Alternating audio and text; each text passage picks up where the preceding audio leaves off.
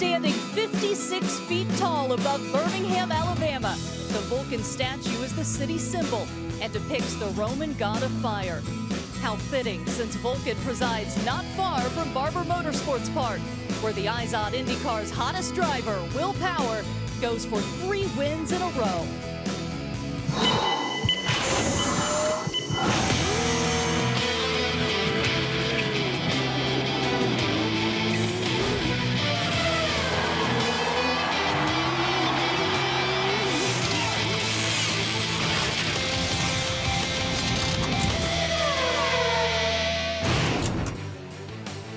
Opened in 2003, Barber Motorsports Park is a masterful venue, Augusta-like in appearance, rolling green hills, trees in full bloom, all within a beautiful 15-turn road course.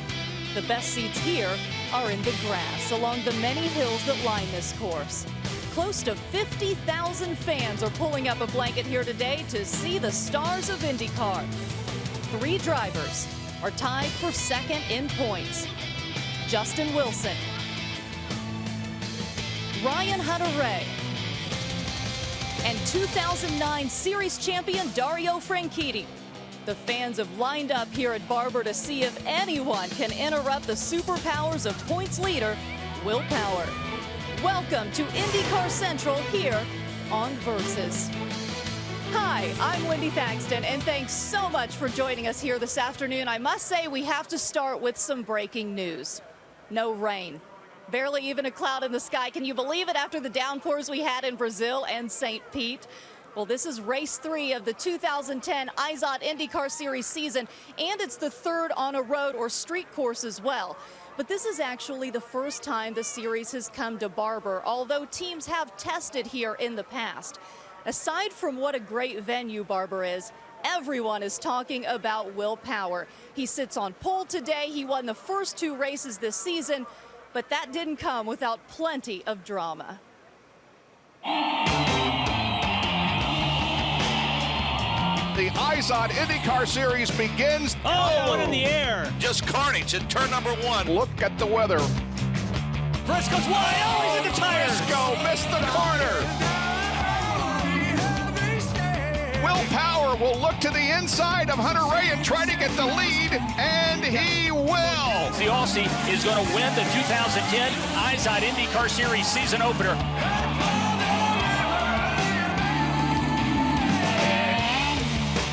Then he gets chopped, and he loses the wing.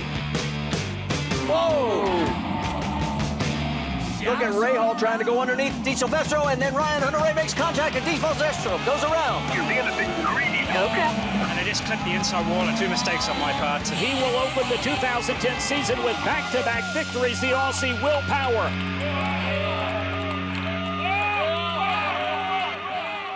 It's his teammate who has joined me, Helio Castroneves, has been saying ever since Brazil, I don't know what we're going to do.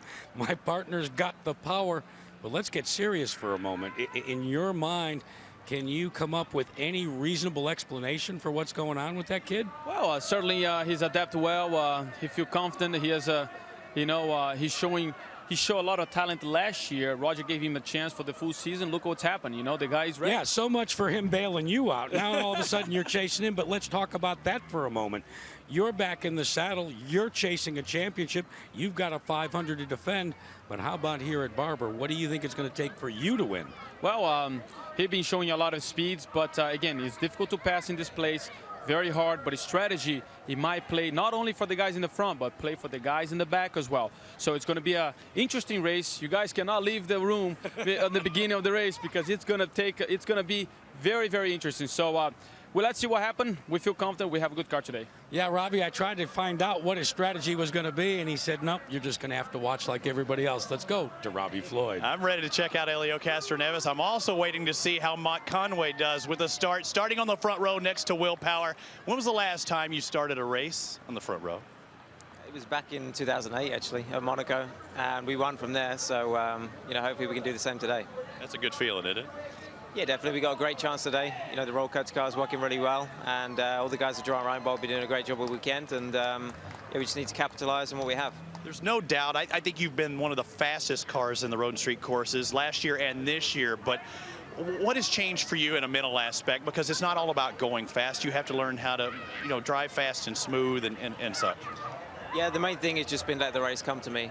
Not try and, move forward as fast as I can, but just let it come to me and pick off people when I can and be as consistent as I can. And it really helps, with the team working as hard and well as they are. And, having Justin as a teammate has really helped too. So it's, it just seems to be working all together as a package at the moment. Good luck. Starts on that front row. Lindy Thaxton trying to be smooth and keep all four wheels on the asphalt. Thank you, Robbie. With his 2 wins, Willpower has a 45-point lead over Wilson, Hunter Ray, and Franchitti. And with Rafa Montos in 5th, 5 different teams are represented in the top 5. Penske, Dreyer and Reinbold, Andretti, Ganassi, and Lusso Dragon de Ferrin. Still a long way to go, we know, but here's a look at some of the open-wheel drivers who've won the first 2 races of the season and gone on to win the points championship. You see A.J. Foyt there in 64, Rick Mears in 82, you see Paul Tracy in 03, but now look at how they did in the 3rd race. Well, Foyt went on to win the next 5, Mears came in 2nd, and Tracy won. By taking the pole yesterday, Willpower continues to dominate. Meet the man from down under when IndyCar Central takes the next lap here on Versus. In only his 5th start driving for Penske, Willpower will be a winner. A dominating performance, and he has won the Rexall Edmonton Indy. Willpower comes over the hill and makes heavy contact with the right side of Nelson Philippe's car. Absolutely incredible impact that tore up both cars. Willpower has compression fractures at L2 and L4 in his back and a concussion. How about Willpower? This is for the lead, folks. Oh, Willpower will look to the inside of Hunter Ray and try to get the lead, and he will. He will open the 2010 season with back-to-back victories. The Aussie Willpower puts the Verizon car back in victory lane. Willpower began last season as a fill-in driver for Helio Castroneves, who was still on trial for tax evasion charges. Well, 1 race in and Helio comes back, so Will loses that full-time ride at Team Penske. Driving part-time, he finished 9th at the Indy 500, and then he won at Edmonton. But then came the crash at Sonoma. 7 months later, Will is back in the car. He won the first 2 races this season. You think he's all serious, but let's face it, how can a man from an Australian town named Toowoomba really be all business? I'm here at Pit Fit with my trainer here, Jim Leo. 13. Doesn't push me very hard though. Come on. Concentrate, Will. There's Canon. Come on, and I ate too much for breakfast. I'm on my back. Come on, hit it. Good. Green, green, green. 30 seconds left. Come on, last lap. 3, 2, 1, and time. This should be called the drunk stick. Turn around. I don't think I'll be on this next week. Another workout, another win, in the cards. We're back at my apartment, just about to make a protein shake. Don't want to put too much in, I don't want to get too big. I don't want to be looking like Tony Kanaan with those massive arms. Very nice. But more than this, I need my Vegemite. Most people go in and spread it real thickly, and that's where they decide that they absolutely hate Vegemite. Just think of it as butter and putting salt on the butter, because that's sort of what it tastes like. That is awesome. In Australia, you'd say you beauty, mate. But we're not in Australia, it's just great.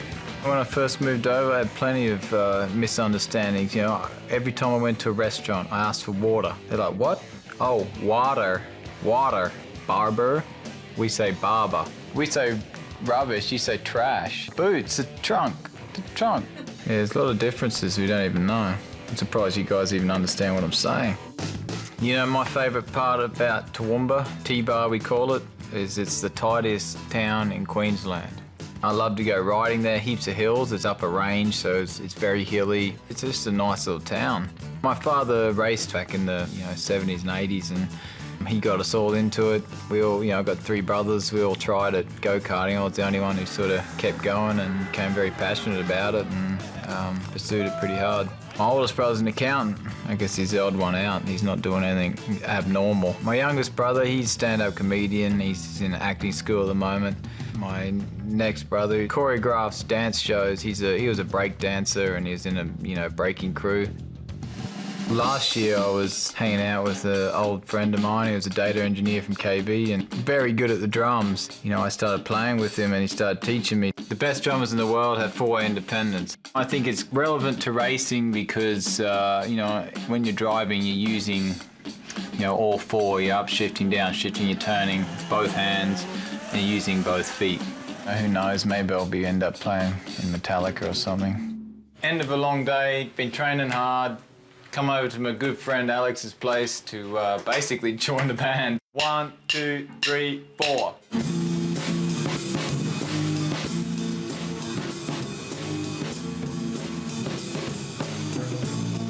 Well, Will, if you can learn the drums like you've done this season, you might be in Metallica by the end of this season.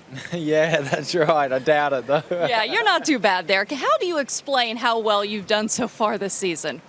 It's the first time they've been in a team that, it's very well put together. I mean, it's a fantastic team. The Verizon guys come on board for a year and, it's all coming together. It feels as though after my 2007 season in Champ Car, in 2008 I should have been doing this, but it was delayed with, the way the merge and all that happened. So it's just coming together. You seem so laid back. Is that how you are right now, or when you get in the car, does like an aggression switch go off? I think I'm more tense out of the car. Like when I'm in the car, I'm very much in the zone and just relaxed and doing my job. It's different every weekend. I think this weekend I was definitely more relaxed. Can't judge a book by its cover. You're right. I was telling you. How important is it for you to be stockpiling up these points right now, because we're about to hit a stretch of ovals after Long Beach? Yeah, it is. It is important. It's in a championship. I didn't come out to win both races, but my approach of no mistakes, having a good car and all that, it just happened to be.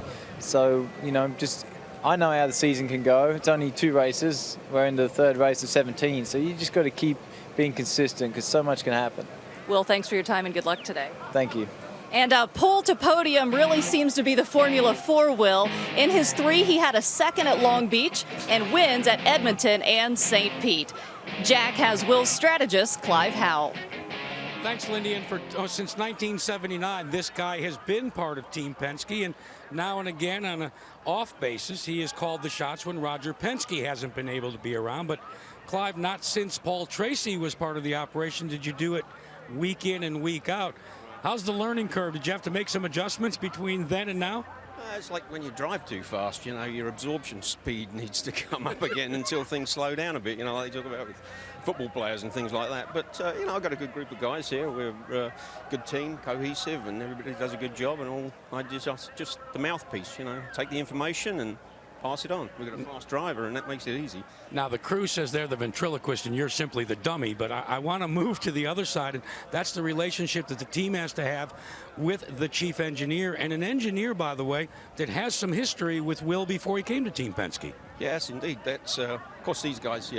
David was worked with Will before, so that's a good, good combination right there. And these guys that just feed you the numbers, and you're pretty much right. You're the ventriloquist. When it comes to the right of veto, I guess it lands in your lap, because everybody says, let's deal. So, but no, we couldn't do it without. If you don't have clean pit stops, a fast driver makes it really easy for you.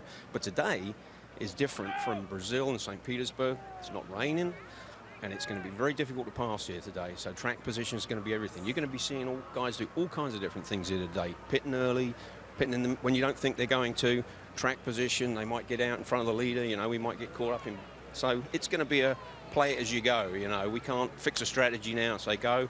Although at the start of the race, hopefully we're leading the race, and then you're kind of in the catbird seat. But after that, guys start getting off base and doing different things. We just got to, play it as we see it as we go along. So, And Lindy, the good thing is that's what I'm going to be covering all day down in Pit Central, all that strategy. And it is extra fluid here at Barber because we don't have any track history. Yeah, you're right, Jack. We're looking forward to that. And by the way, the Indy Lights cars took to this track earlier today.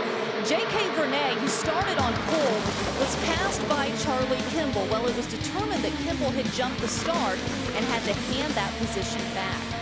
From there on, J.K. Vernet really dominated the day. Dan Clark, by the way, moved up from 11th to 7th in his Lights debut. Nick Duluth blocks Philip Major. Vernet wins. He is the points leader at this point, by the way. Well, Scott Diction will start 5th today. He's currently 11th in points. Not an ideal start, but keep in mind, a year ago he was 17th and went on to finish the season right in the thick of the championship points race. We're back in a moment.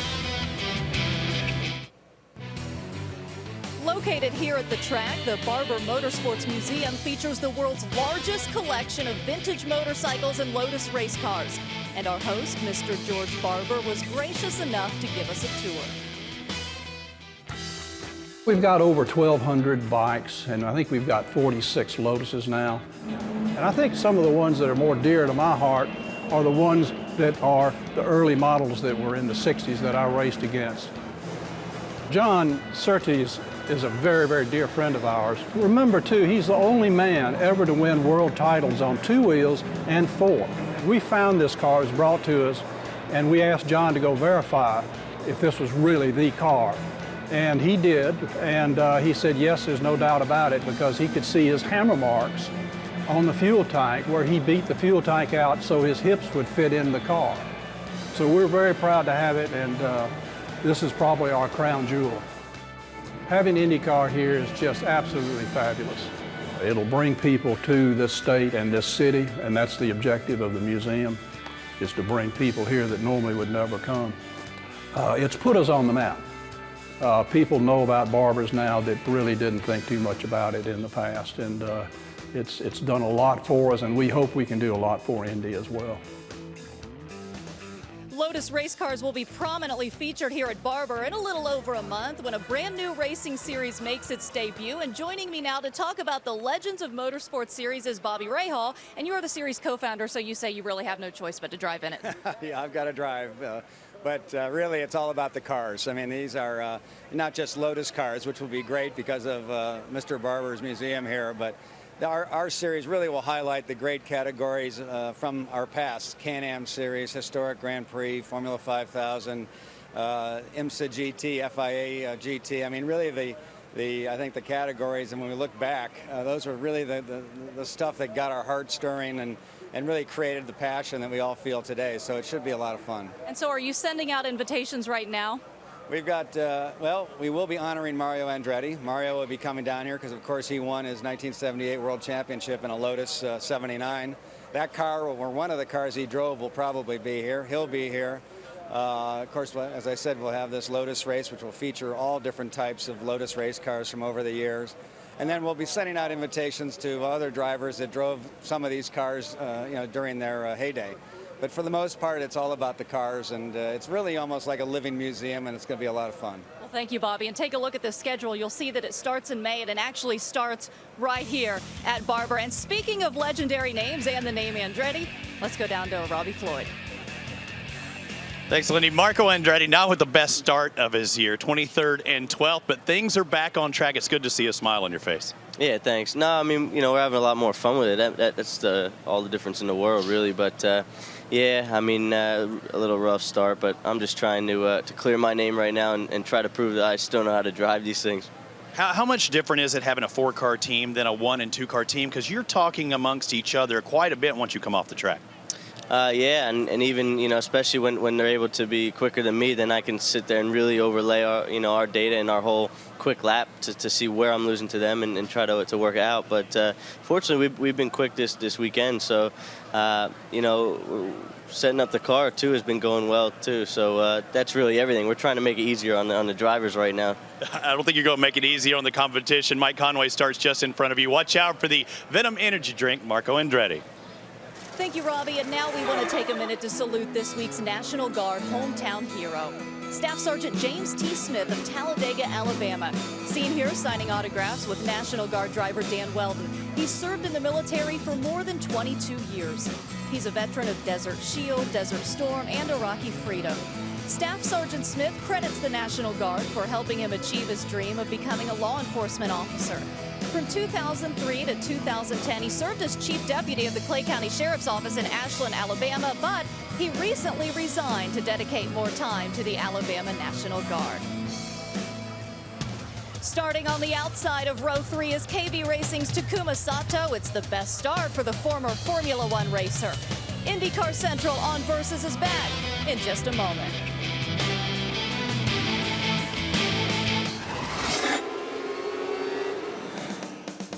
I'm Justin Wilson, and this is me, Uncut. I'm very bad at everything, especially running. I'm good at nothing else other than racing. A common misperception of me is that I'm tall.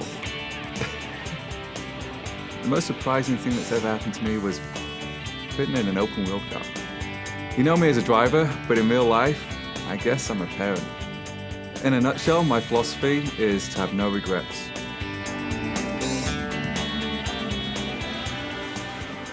Justin Wilson has won a road or street course race in each of the last 2 seasons, driving for different teams, Newman Haas Lanigan in 2008 and Dale Coyne Racing in 2009. This season, Justin has had a strong presence for Dreyer and Reinbold, finishing runner-up to Willpower a week ago. Today, Wilson starts 11th. And like many road courses, passing at Barber is going to be a challenge. Let's go to our race strategist, Jack Arute, on how best to move up through the field. If this Barber track is so challenging in terms of passing on the track, well then, how do you pass when you can't pass? There are a couple of opportunities. First and foremost, what you've got to do when you're out there is make sure that you don't get bogged down.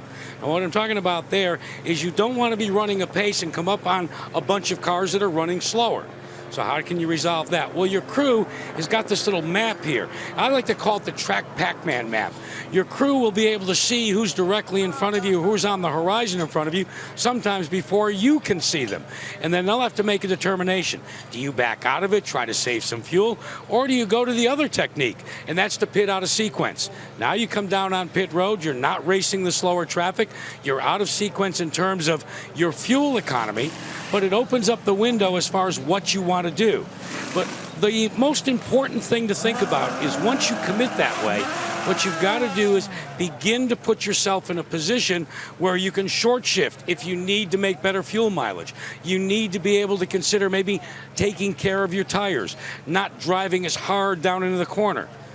All that having been said, and with the assortment of different things that you can do to pass when you can't pass, the most important thing, and what every team will be trying to do, is be the first guy to be on pit road for their last stop. Thanks, Jack. Another key to today's race will be staying out of trouble. But if all goes wrong, Jan Bikas shows you what to do. Here is this week's edition of Professor B. New for this year is the introduction of reverse gear. But by design, there's a lot of steps you have to go through to actually get into reverse. You never want to accidentally end up in reverse on the racetrack or in pit road. Here's what you have to do. We're in second gear right now. You pull the downshift paddle to get yourself down into first gear. Then press the neutral, hit the clutch, pull the down, and we get into neutral. Now, hold this down for 2, and there's your little R. That was 2-second wait, which will feel like an eternity when you're on the racetrack. Now, that's all well and good, but that only works if you didn't stall the car. Remember that most of these drivers are left foot brakers. The only way to not stall the car is you've got to get your left foot on the clutch. So consider, you're coming into a corner, trying to keep yourself alive. Get off the brake, get your left foot on the clutch. That's your only chance of keeping it running. Thanks, Jan. We'll keep IndyCar Central moving forward. When we return, Robbie Buell gets up to speed with Alabama legend and NBA Hall of Famer Charles Barkley. What we're hoping, this is the first piece. Robbie Buell back here at Barber Motorsports Park with the Grand Marshal of the event, Charles Barkley, who grew up right here in Leeds, Birmingham, alongside with EJ Vizo. And EJ, show him a little bit about the wheel. I think you need a bigger version of that, Charles. Well, first of all, I think with those hands, I think they're too big for you. You cannot grip it. Here's where we do the upshifts and downshifts. Here we have all the information, all the lights for the upshift. So every time you get these lights in red, you need to upshift. Kind of looks like a real-life computer game, doesn't it, there, with all those buttons and gadgets on there? No, I don't. You know, it amazes me how fast these guys go. You know, I've been to like 120, and my heart was beating so fast, I thought I was going to have a heart attack. And I was having, he's been over 200 miles an hour. That takes some guts. That takes some guts. So what do you think, just looking at inside his cockpit here, do you think you could get in there one day? Would you want to entertain that? No, I wouldn't. Because I do. I think as it's gotten worse as I've gotten older. When I was young, you know, you're kind of a Rambo when you're young. But as I get older, I don't want to go fast anymore.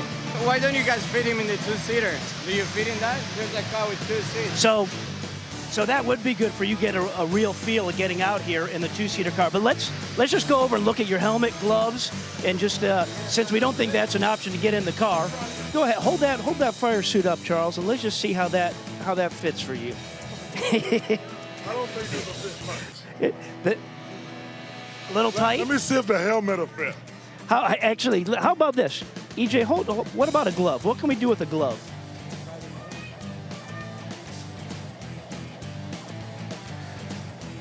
Well, it's been great, Charles. It's great to have you here in your hometown, back here for the race. Alabama. And good luck being the Grand Marshal today and waving that flag. Thank you very much. Thanks for taking the time. Robbie with an interview taped just a few minutes ago. Drivers have been ordered to their cars, and the pace quickens as we get set for the start of today's race. Hi, everyone. I'm Bob Jenkins, along with Jan Beekes and Robbie Buell, or Shorty, as we'll call him when he's standing next to Sir Charles.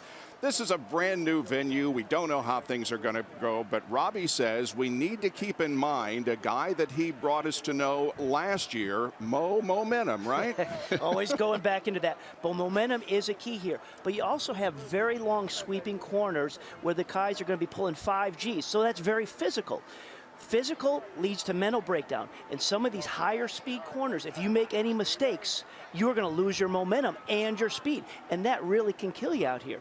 Think of it in terms of a ski racer. When a downhill ski racer, skiing gate, when he misses a gate or a setup, he loses all his speed. So if that happens here, it's a great opportunity for the competition to pounce. And you talk about pouncing, you heard Castro Neves say, don't miss the start. And I think there's a couple people we might want to watch. That's your driver, Mike Conway, his best ever qualifying on the front row. And then Takuma Sato. He qualified 6th. We know he's aggressive, but too aggressive in Brazil. Caused a pileup in the first turn. To pass here, you have to go for it and hang it out. How much will they do it on the start? Well, we'll see, and we'll see also if Willpower can make it the three-peat and win 3 in a row. The command to start engines just a little bit away, and the team crew members are getting their game faces on for today's Indy Grand Prix of Alabama on Versus Central.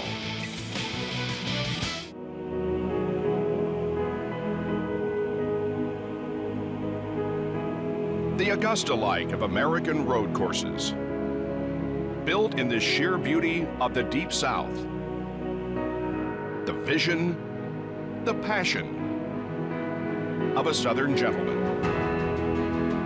15 turns, 80 feet of elevation changes, a 2.3-mile circuit, perhaps the finest road track in North America.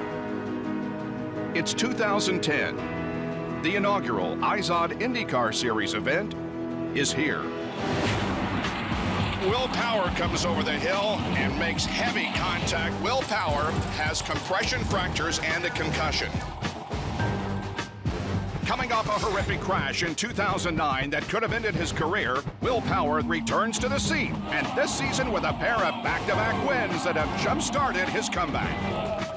But as the springtime rolls through the state of Alabama, a long road to the championship remains as the heavy hitters of the IZOD IndyCar Series take to this field of dreams.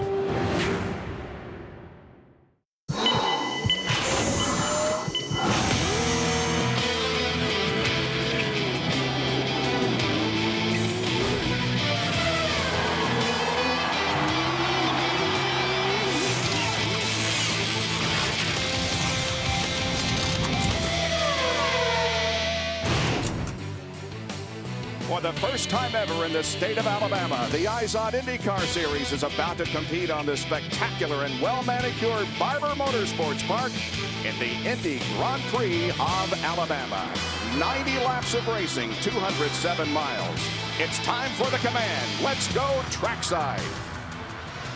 And now, ladies and gentlemen, it's time for those most famous words in motorsports. Please welcome the visionary behind the Barber Vintage Motorsports Museum and the Barber Motorsports Park, Mr. George Barber, as he gives the command. Ladies, gentlemen, y'all start these engines. The command has been given. Syntax, beginning with hole 1, let me hear you.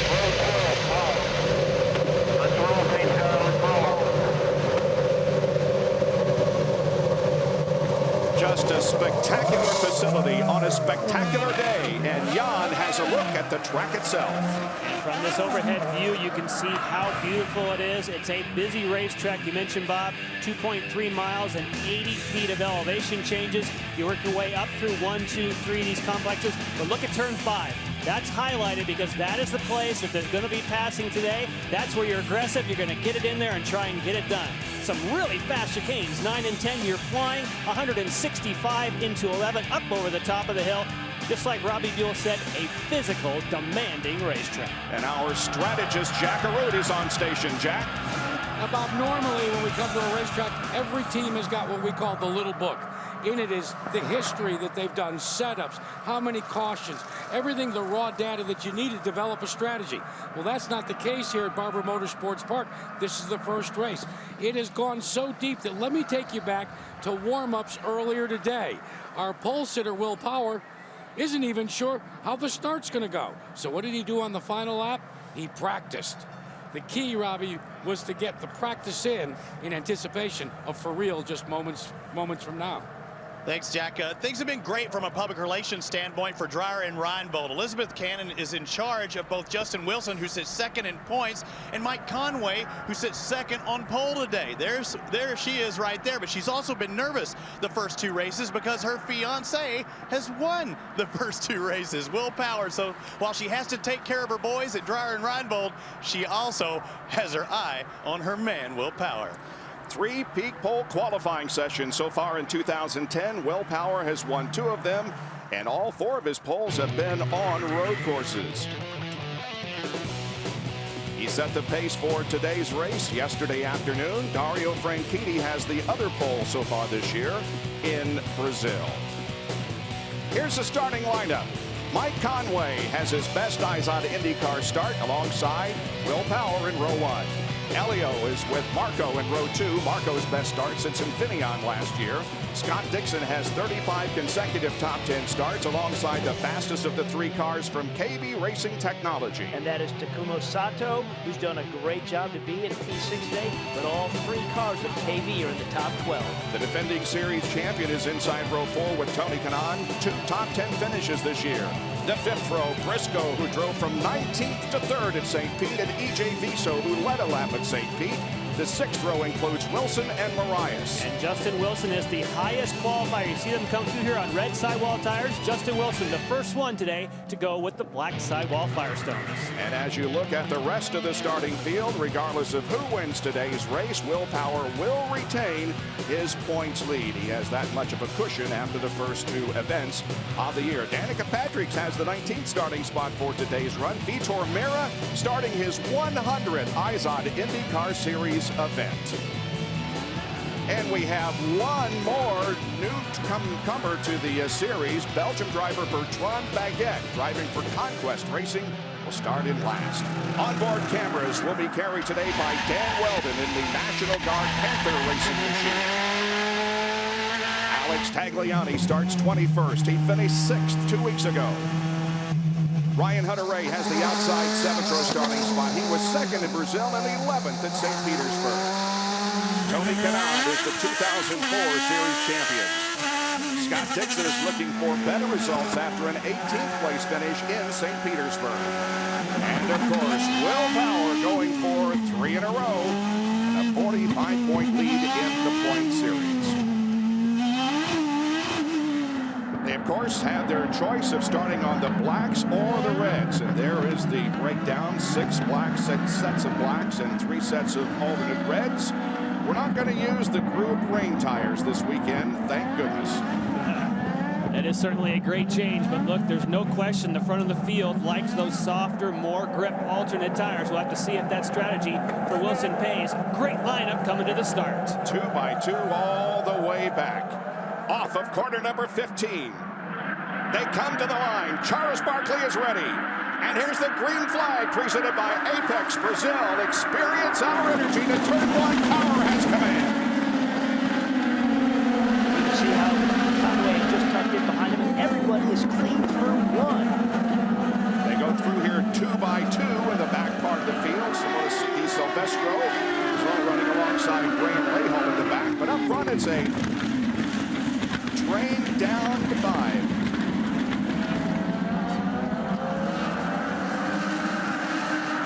Diction jumped the start. He's going to have to drop back a couple of positions. See some dust kicked up. So watch, Dixon's running in the 3rd spot right now. So when he gets on a straightaway, he's going to have to slow up and give those 2 spots. If not, they're going to bring him down pit road. So he needs to correct that himself. And that's not a judgment call. The rules say that you must cross in your position at the start of a race, unlike a restart. So they just look at that telemetry. That's not a judgment call. Hey, you were out of position. Go back 2 spots. Power through turns 11 and 12 with the rest of the field behind him. There's Di Silvestro and Graham Rahal. Mike Conway is only about a car length behind here as they come onto the front stretch for the first time. And Willpower will lead lap 1 with Conway running in 2nd position. And there is Diction. Yep, there's right Diction. there. He let the 1 car round. That was a very good spot to do it. He didn't really lose any ground. Just nicely pulled over, got out of throttle. Now he needs to do that same thing for Marco, and then he's good to go. Back to racing. Leo Castro-Neves 3rd. The mental aspect of the driver, though, just going through that Dixie's probably going, no, I know it was a clean start. What are you talking about? But obviously communicated, he's all good to go right now. And you want to get that job done early. You don't want to wait to let the people by. You want to get right back after it again and say, okay, my bad, now I'm getting after it. See if I can take those positions back again. Dixon's teammate, Dario Franchitti, carrying blue colors again this week, with Suave on the side pods this time. Right behind Dario Franchitti is the Lotus sponsored car of Takuma Sato. Beautiful green and yellow colors of Lotus. This is the first racetrack that he got behind the wheel of an Indy car, and he did it on a very, very cold test day. One of the first things he did was spun off, not having tire warmers like they do in Formula 1, and it was a quick education for Takuma Sato. But when he was really impressive, inside of the first 15 laps he ever had in this car here, he was well up in the top 10 on the grid. So he adjusted and adapted pretty quickly to what an Indy car can do with the power there. Sato running in 7th position. There's Franchitti in 6th.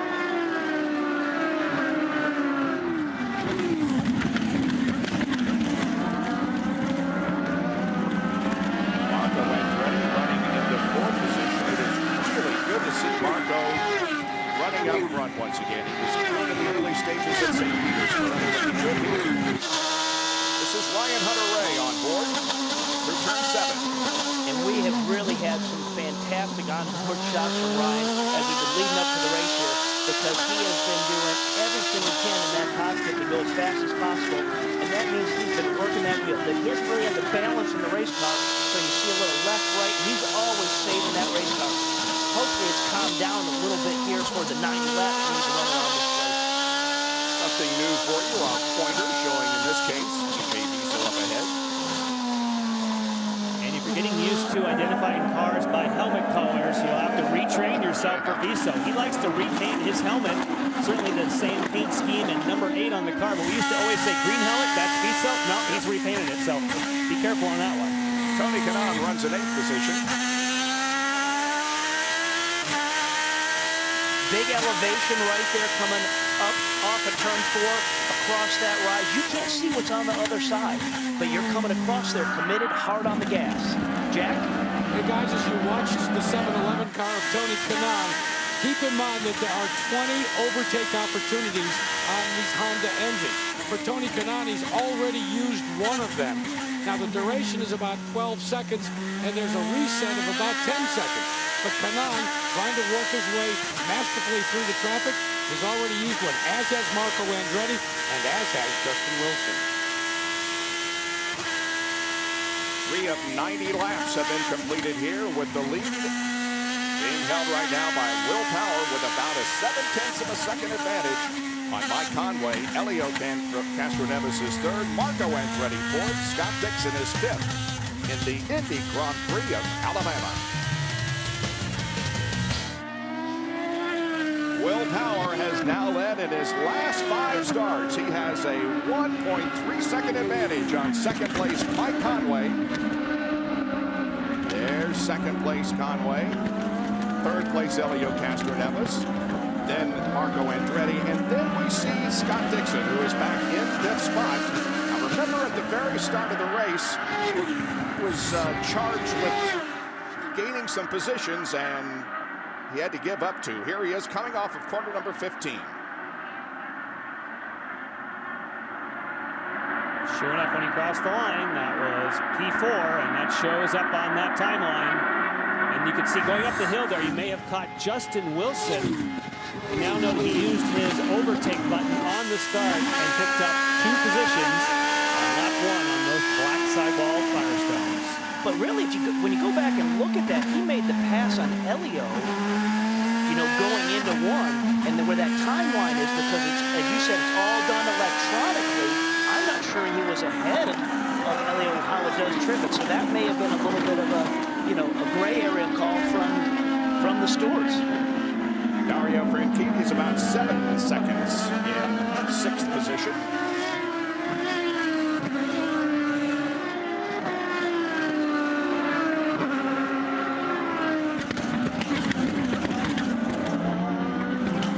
Dario Franchitti, Edinburgh, Scotland, team target.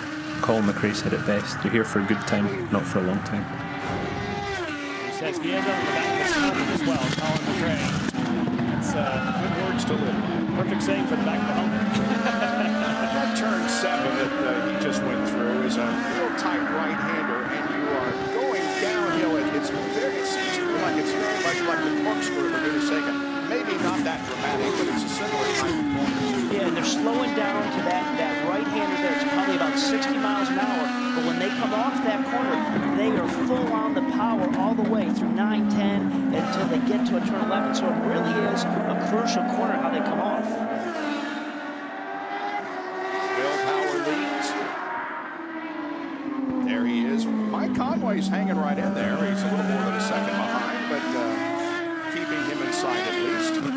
I think now, we're 8 laps into this. Now we want to kind of start seeing, we've talked about the Firestone tires and the reds. But the key thing is when do these red tires start going off, losing grip? And we'll get more back to that in a second. This would not be a problem. The window has opened for you to take the opportunity. Robbie Floyd? Guys, he told me he was going to be a pit strategy kind of race. Didn't qualify all that well. He did not test here. He's still getting used to this track. Complaining of understeer. He's been working to find that balance. He's hoping this pit strategy will pay off. He comes out now, and either if you have a yellow flag late, or he's going to be hauling Boutte. If he comes out quick, he's going to be thinking about saving as much fuel as he can. And that's what he would want if he makes an early pit stop. You say, if by chance there's a full course caution, I have pitted and no one else has, they all peel onto pit road, and you get a free pass to the front. Those are the kind of risks that you take. when you're near the back. And again, the pit window opened at lap 6, so he will not have to do an extra stop. We expect 3 stops today. That would just be one of the 3 that came early. And he's got nobody in front of him right now, so as Robbie said, he's going to be hauling. Elio Castroneves continues to run in 3rd place, about 5 seconds behind the leader. Elio has a 9th and a 4th in terms of finishing positions this year. I had a great conversation with him this morning, and I asked him about the setups between Willpower himself and his teammate Brian Briscoe. He said, you know, we have access to all that data. But he said to me, you know what? Will is doing things different in the car. It's not just that he uses his left foot on the brake versus Elio uses right. It's the fact that he drives differently. Weldon also taking advantage of an early stop. Yeah, a couple of cars in. Dan Weldon, the National Guard car in. And there's the Roman CD car, number 34. He's getting a big wing adjustment for Conquest Racing, and he's back out. Pit stops coming in lap 10. And we're probably going to see a couple more stops all the way up through lap 12. And like what they're trying to do is they're trying to cycle through, get off sequence, and have clear track running, because you want to run as fast as you can around this racetrack. You don't want to get hung up with anybody in front of you. That's how you're going to gain advantage when you come in and out of pit road. Looking at Willpower, just to put a period on the Castroneves story, was that he said, Jan, I've actually tried some different styles of driving here after putting the data on top. You know, Willpower's got something to that. Down to Robbie Floyd, who's waiting for the Tony Kanaan stop. TK pulls in. He's going to take off those reds and go back to the primary tires. He's been working on setup all week, doing something different than Marco Andretti. Now he's on Marco's setup. He thinks he's fast, and that was a quick pit stop. Anytime that you're not having to take a full load of fuel, it puts a lot of pressure on the tire changers. Typically, the tire changers can take 7-8 seconds. That's how long it takes to fill up with fuel. Not when you fit here early on, lap 12. Well, you won't miss a thing because we have IndyCar non-stop. We have completed 10 of 90 laps, and once again, Willpower has a 1.1 second advantage on Conway with Castroneves, Andretti, and Diction 1 through 5. Well, you saw a non-stop, no spin, no real obvious problem, but the Lotus just stopped on course with Takuma Sato in the cockpit. The Homatro safety team is there. Maybe it's a throttle linkage problem or something of that nature. They're going to take it back into the paddock area and try to fix it and get it back out there. But it does bring about our first caution of the day, and it comes just after we saw some early pit stops. And Jan, you can go more on this, but we are absolutely in that first window of pit box. So all those guys that have come in, like we just saw Weldon, if the rest of the field comes in right now because they think that's good, what a great move for those guys to come in, get their stop done prior to this. If for any of that group that stopped, it's going to be a great bonus, but only if those in front of them now decide to take this opportunity to pit. Well, the professional bull riders continue to kick up the dirt in Napa. PBR concludes tonight at 9 Eastern, right here on Versus. And the new CEO of the IndyCar, Indy Racing League, Randy Bernard, of course, came to the professional bull riders, and we'll have an extensive interview with Randy, if not before, certainly at Indianapolis during the month of May, where, of course, we have extensive coverage of qualifying and the pre-race activity. Okay, let's see what happens here. And we see some cars making their stop, including Mike Conway and Willpower. There's Justin Wilson. Now look at this angle. They're coming down pit road, and that's all under green running, if you will, from the pit side. And you got a tight left-hander with that guardrail there. So Castroneves stayed out. So did Andretti, Diction. But these cars are all giving up a lot of spots. Lindy. Willpower pulls in right on his marks like several others. He started on the red alternates. He is taking the black tires now, filling up with fuel in the first stint. They set great pace.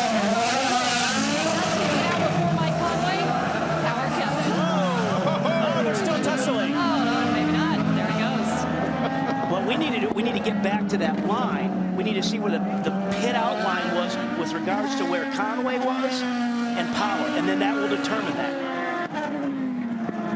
It will not be, of course, for the lead, but it will be for position. And again, that is not a driver thing. That is going to be an electronic decision. Certainly, you can't fault Mike Conway for going for it. But okay, we'll get to the line first. There it is. And I hate to tell you, Mike, darn it. But he raced him out hard. Yeah, just in case. Ooh, look at that. You see the pull out there? Slight delay. That is the advantage of being at pit out, being the championship point leader. He wasn't quite up to speed, but he got rolling and get across that line. Sato's car being taken behind the wall for repairs. Hopefully he can get back out there. So that's not a good thing. It wasn't just like a little electrical gremlin that they found something they fixed. There's something a little bit more there anytime you pull it back behind the wall. Conway's still ahead of Will. Hasn't apparently been told yet to go back. Now here's something very interesting. Willpower now has not a clear view. There he's going to make the position line, but look ahead. There's a lot of race cars ahead of Willpower because they made a decision to pit. Castro Neves, his teammate, along with Marco Andretti here at Scott Diction, they've got clear sailing. And I think the next thing we need to watch here, guys, and I started talking about is tire management. We've talked about sometimes how you can really build up these tires, and I think, Jack, you got more on that right now? Well, actually, we're going to talk a little bit about how important it is to save the tires in a moment. First, I want to take you back to that pit stop between Willpower and the run off of pit road.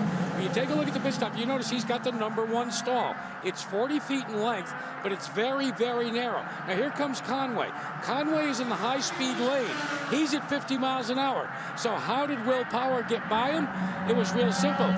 He didn't have to launch and get out into the high-speed lane. See, he stayed on the inside, and that gave him the advantage, although his speed at the line was slower than the 24 car.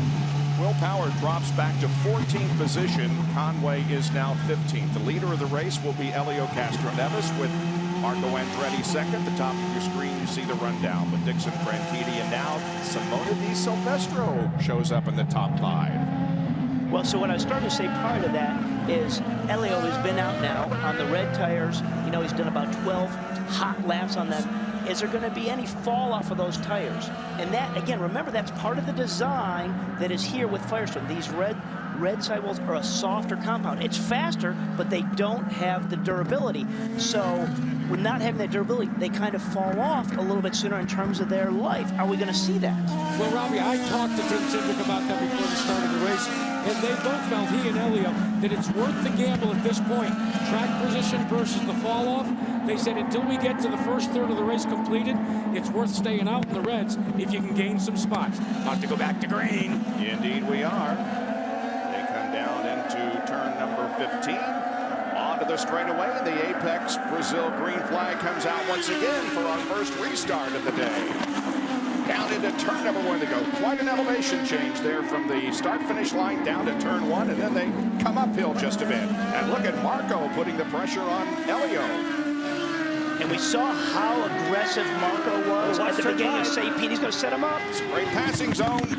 Oh, he's going to do it. Marco takes the lead, or does he? He runs Helio off. But Helio did give him a little bit coming in, but Marco didn't give him too much coming back out, did he? And fellas, how did Marco Andretti make that pass? How about this? Was he coming up on Helio? He hit the overtake button.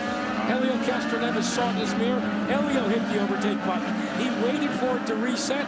Marco Andretti hit the overtake button for a second time, completed the pass. And remember what that overtake gives us. It only gives you about 9 horsepower, give or take a little bit, and that really isn't that much, but it shows you how competitive and how tight it is, and you're fighting for every, not 10th, not every 100th, you're fighting for thousands. Which is the reason why it's been labeled overtake assist. In other words, Marco already had the move started. Sure. He used that to complete it. It's not going to get the job done for you, it's going to help you finish it.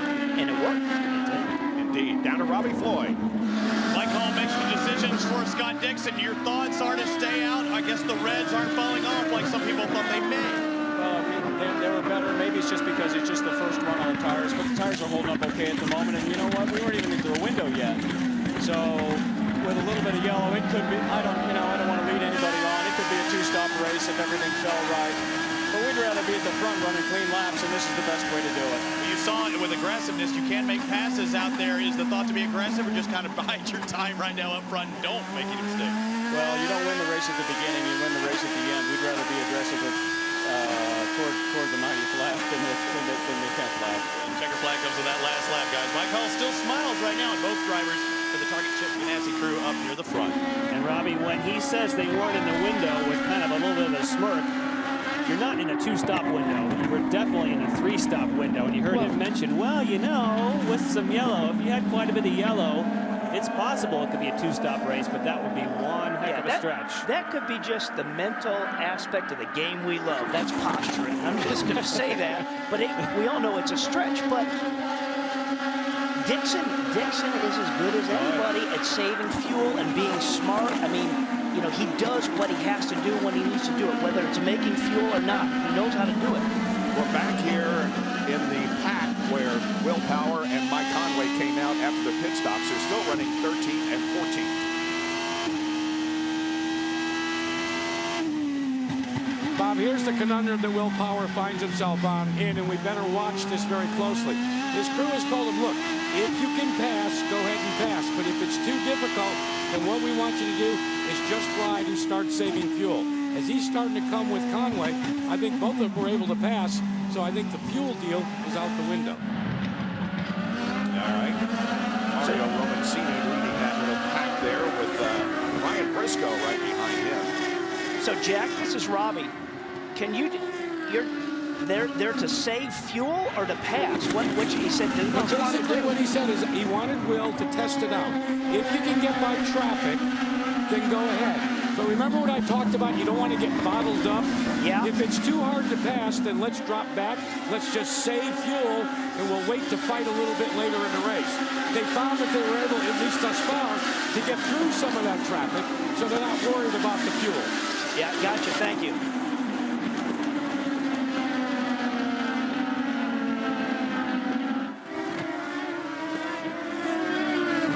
18 laps completed, working lap number 19 of 90 at Barber Motorsports Park. Leeds, Alabama. Marco Andretti leads.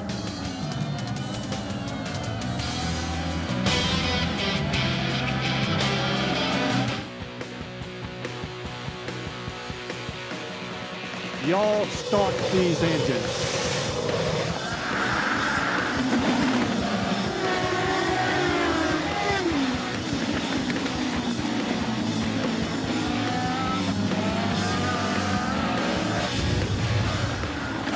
Nothing but Southern hospitality expressed to all of us as we arrived at Barber Motorsports Park.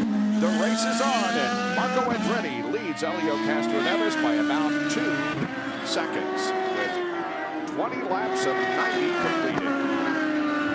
And we heard Marco earlier say, you know, this year I just want to get back having fun. And when you're having fun and what you love to do, doesn't it make it all work? Yeah, he said he was trying to clear his name. I thought that was a very interesting way of putting it. He realizes that he needs better finishes. He needs better results. He may be having his comeback of the year. And part of that, it is what he told me earlier. It's getting back to the basics, not looking for that silver bullet. Let's focus on what we know we can do and do it well. Not get too creative. He can drive a race car. He's got a great engineer in Tino Belli. Obviously, they're connecting in communication and getting it done. Now, the top 9 have not made pit stops. We had some before the yellow, and we had some during the yellow for Takuma Sato. Tony Kanaan is running in 10th position, and he is the first driver who has made a pit stop. Simona Di Silvestro continues to look good. She hangs in there in 5th. And Danica Patrick is running in 9th position. And one of the local celebrities is with Lindy Thaxton. Guess who's here? Taylor Hicks, winner of the 5th season of American Idol. You've never been to an IndyCar race. Tell me what you think of this in your backyard. This is my first IndyCar race, and you know, being from Alabama, we have racing in our blood. But we've never experienced an IndyCar race like this before here in Alabama. And it's a beautiful Alabama day, and we're glad that Indy's come here to Alabama. You must also have singing in the blood here, because Bo Bice and Ruben Studdard, both from near here as well. Yeah, you know, there's some singing and there's some racing in the blood, definitely. You know, being from this state and having racing such a big part, to have an IndyCar event, you know, it's rocking. Taylor, thanks for your time. And of course, guys, you know we have our own reality star here in Elio Castroneves. Of course, yeah, winner of Dancing with the Stars. But guy who is winning the battle at the moment is Marco Andretti. This is his 24th start in the series on a street or road course, and he has now led in 10 of these races. And of course, his win came at Infineon in the natural road course. And there is Simona Di Silvestro. Had an opportunity to talk with her on Friday, and I don't think you'll find very many people who will disagree that she is, as they say in the business, the real thing. No question about that. We saw her visualize and blindfold go over what a lap was, and she hit it to a T. But what we've also heard from her crew guys, from Mike Cannon, they are the first to give Simona credit, and that's why she's driving for her. She has a great ability to feel the car, but then to communicate that to the engineers. That's what's important. Whoa, look at this. Look at this wheel to wheel. Lock in. Briscoe and Conway. Hit for turn number 7. Conway will get the spot. Yeah, he had that inside line, just had to hold him out right there. That was an aggressive move there. Fellas, let's update you on the cars that have not pitted. First with Marco Andretti. He should be coming in about 6 laps. Helio Castroneves' crew has said they'd like to go 7 more laps. You heard about Scott Diction. What we got to do is see who comes first in that group. And then you know what the teams are going to do that have already pitted? Now they know more or less the outside window, the fuel window that is, and they'll begin to count backwards from the last lap in this race. What a great view from the helicopter, huh, fellas? Yes, Jack, and when you talk about people coming in 6 or 7 laps, that would be because they would determine they don't want more laps on those Firestone alternates, because by the calculations, they won't need fuel yet if you really wanted to stretch it. And I would predict that Scott Diction, after hearing from Mike Hull, will be one who will go much longer than 6 or 7 laps from that. At least that's what he wanted us to believe, and everybody else. I mean, historically, that's what they do. And they do it great. Danica Patrick running at 9 spot right behind Tony Kanaan. He has pitted.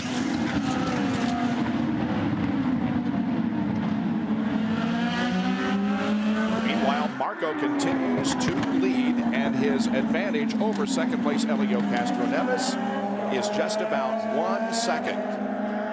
1 second advantage for Marco over Helio.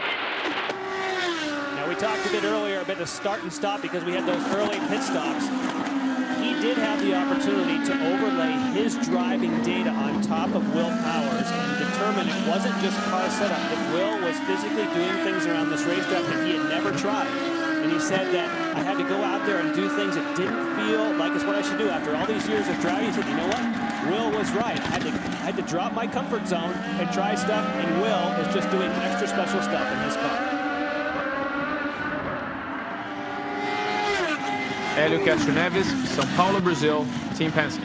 A common misperception of me, people think that I'm wild. I might play some games with the guy, especially Willpower, joining the full season.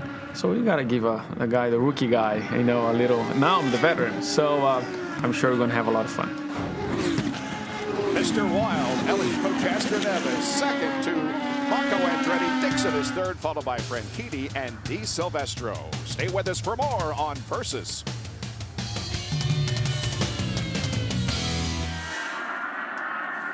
Beautiful look at Barber Motorsports Park. Marco Andretti is leading right now. It has been 54 races since his one and only win at Sonoma, California Infineon Raceway. It's been 33 since Danica Patrick won her race in Motegi. Graham Rahal with a 32-race dry spell. Dan Weldon 28 and Kanaan 27. He last won at Richmond in 2008. We expect Marco Andretti and maybe several others to be making pit stops very, very shortly.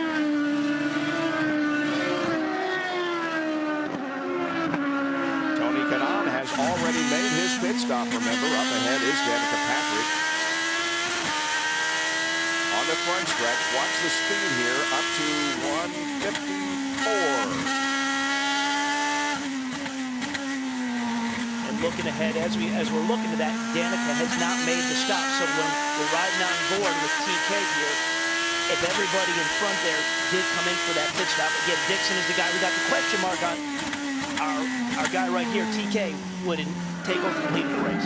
What we are safe to say, though, is everyone ahead of him will have to stop before Tony. So therefore, if that happens, he's the leader of this group. We saw it. Go ahead. I was going to say Willpower just passed Dan Weldon for 11th. Yeah, we always say when all the man, it's going to be so hard to pass. You know what? You never know, but you got to get out here and see it. And for this guy who we know absolutely is hooked up, and Elio Castroneves has been scratching his head doing overlays to figure out where his speed is. He's got it. He's getting by, guys. And remember, Conway was right behind him. Yeah. Now he's got those two other cars between him and Conway. So it just shows you absolutely how quick Power is. Both Weldon and Tagliani between Power and Conway. And there's the classic pass. He picks up the position, and Robbie Floyd, pit activity. Danica Patrick coming in for her pit stop. Of course, she has the black. She's one of the only Andretti Green cars to come in on that, and they're throwing on another set of black tires right now, dropping it. Don't see any amendments. Back out with a full load of fuel. Some black to black again for Andretti's racing Danica Patrick. And pulling out right in front of her, Vitor Meira in his 100th Eyes on IndyCar Series event for A.J. Foyt on the podium in Brazil to start the 2010 season. Look at the countryside filled with those spectators. Great to see, and the leader, Marco Andretti, comes toward the pit. Robbie Floyd, he'll soon be headed toward you. And well, here's Conway was telling Dario. him to keep going out there. They like, evidently, the fuel mileage, but also he was turning such fast last time. So he takes off those Firestone Firehook reds, throws on a brand new set of blacks. He thought that, yeah, they were going away. They made a lot of miles out of them. Little slow right there on the start of takeoff, but they were getting a lot of duration out of those reds. They think they're going to be in perfect mode for those blacks. Dario still sitting in his pit as the service is completed. Now he's away. And these are crucial laps for Marco. Right now, he's coming. He's put fresh tires on. There went Canan. Remember we said Canan was the leader of those who had hit it. He slotted right into this group. And as I was saying, is when you come out on cold tires, this is what really separates the experienced people, trying to lay down laps on cold tires. And that means that Marco Andretti, because we didn't see him in that shot, he's ahead. He is ahead of Canan. So by staying out there, that worked for him. He leapfrogged Tony Canan. Look at this move. Weldon and Tagliani. There'll be tags corners that kind of come up here to this right-hander, hit the curb hard. Turn 7 and 8.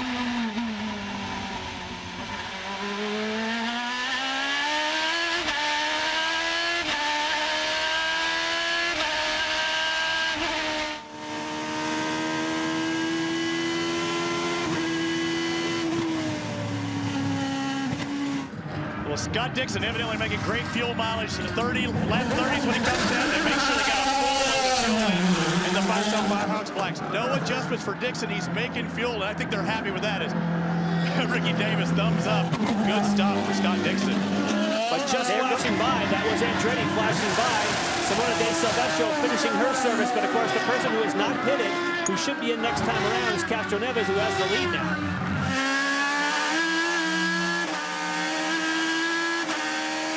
This on board with Scott Diction, this is where he is absolutely brilliant, is what he can do on the outlap on cold tires, as well as that last couple laps before he comes in for service. If he's got clear running in front of him and he needs to get a little extra time out there, he can do it. Marco followed by Diction. In comes Canan. And Elio will make his first stop. Lindy. Elio said before this race, the fuel window here just seems to be huge. I have no idea what other people are going to be trying. One thing he does know right now, he is happy with his crew race car. He is not asking for any changes. Elio started on the red alternate tires. They have taken those off. They are putting on the black primaries, filling up that fuel. There it goes. Watch for Diction, watch for Andretti. Just flashed by. There's Diction. So he's going to get second place. Diction, yep. But let's watch how Diction hounds him as he comes off of 3 and goes across 4 here. He may take a look as they go into turn 5. His tires are up to temperature. Is he going to take a look? Dixon's on the overtake button. Not enough. That's a good bit of driving coming out on cold tires. You can see that wiggle off the back of Castroneves. He leaves the pits. It takes a little while to get the tires up to temperature. That was a nice job of defensive big from behind. And what it did is Diction had that momentum, and Elio shut that momentum down right now.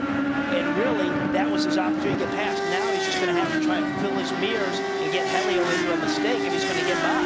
Low momentum. Low momentum. Yeah. That's the deal, man. So it's Andretti, Castroneves, Diction, Canan, and Power, with everybody now having made at least one pit stop. Back with more from Barber Motorsports Park.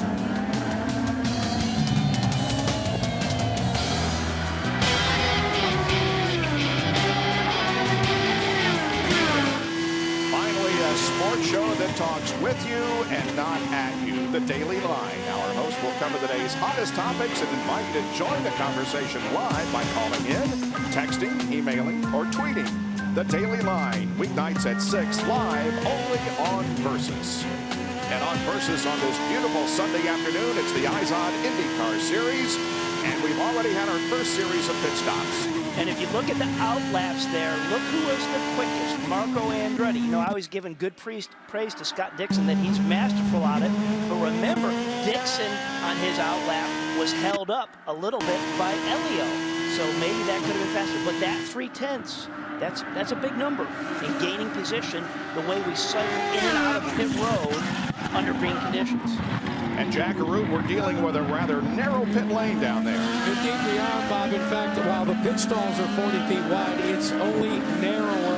The only pit road narrower is Long Beach. Now, I want to show you this pit stop. You see, Danica Patrick is behind Vitor Meira. The speed limit is 50 miles an hour. She's already up to 50. Meira is at only 35 miles an hour because he came out directly in front of her. That's a blocking maneuver, kind of like a pick that Butler might have thrown Monday night as they lost the national championship. Those are all the little tricks of the trade that these drivers use to gain a little bit of an advantage. Thank you for mentioning them, Jack, because all of us in Indianapolis, and I think a lot of people around the world, fell in love with the Butler Bulldogs, didn't they? There is Rafa Matos in the number 2 car. He's back in 20th position. And there's Vitor Meira right behind him.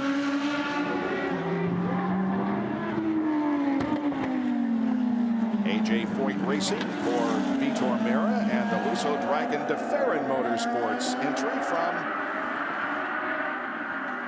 Rafa Matos.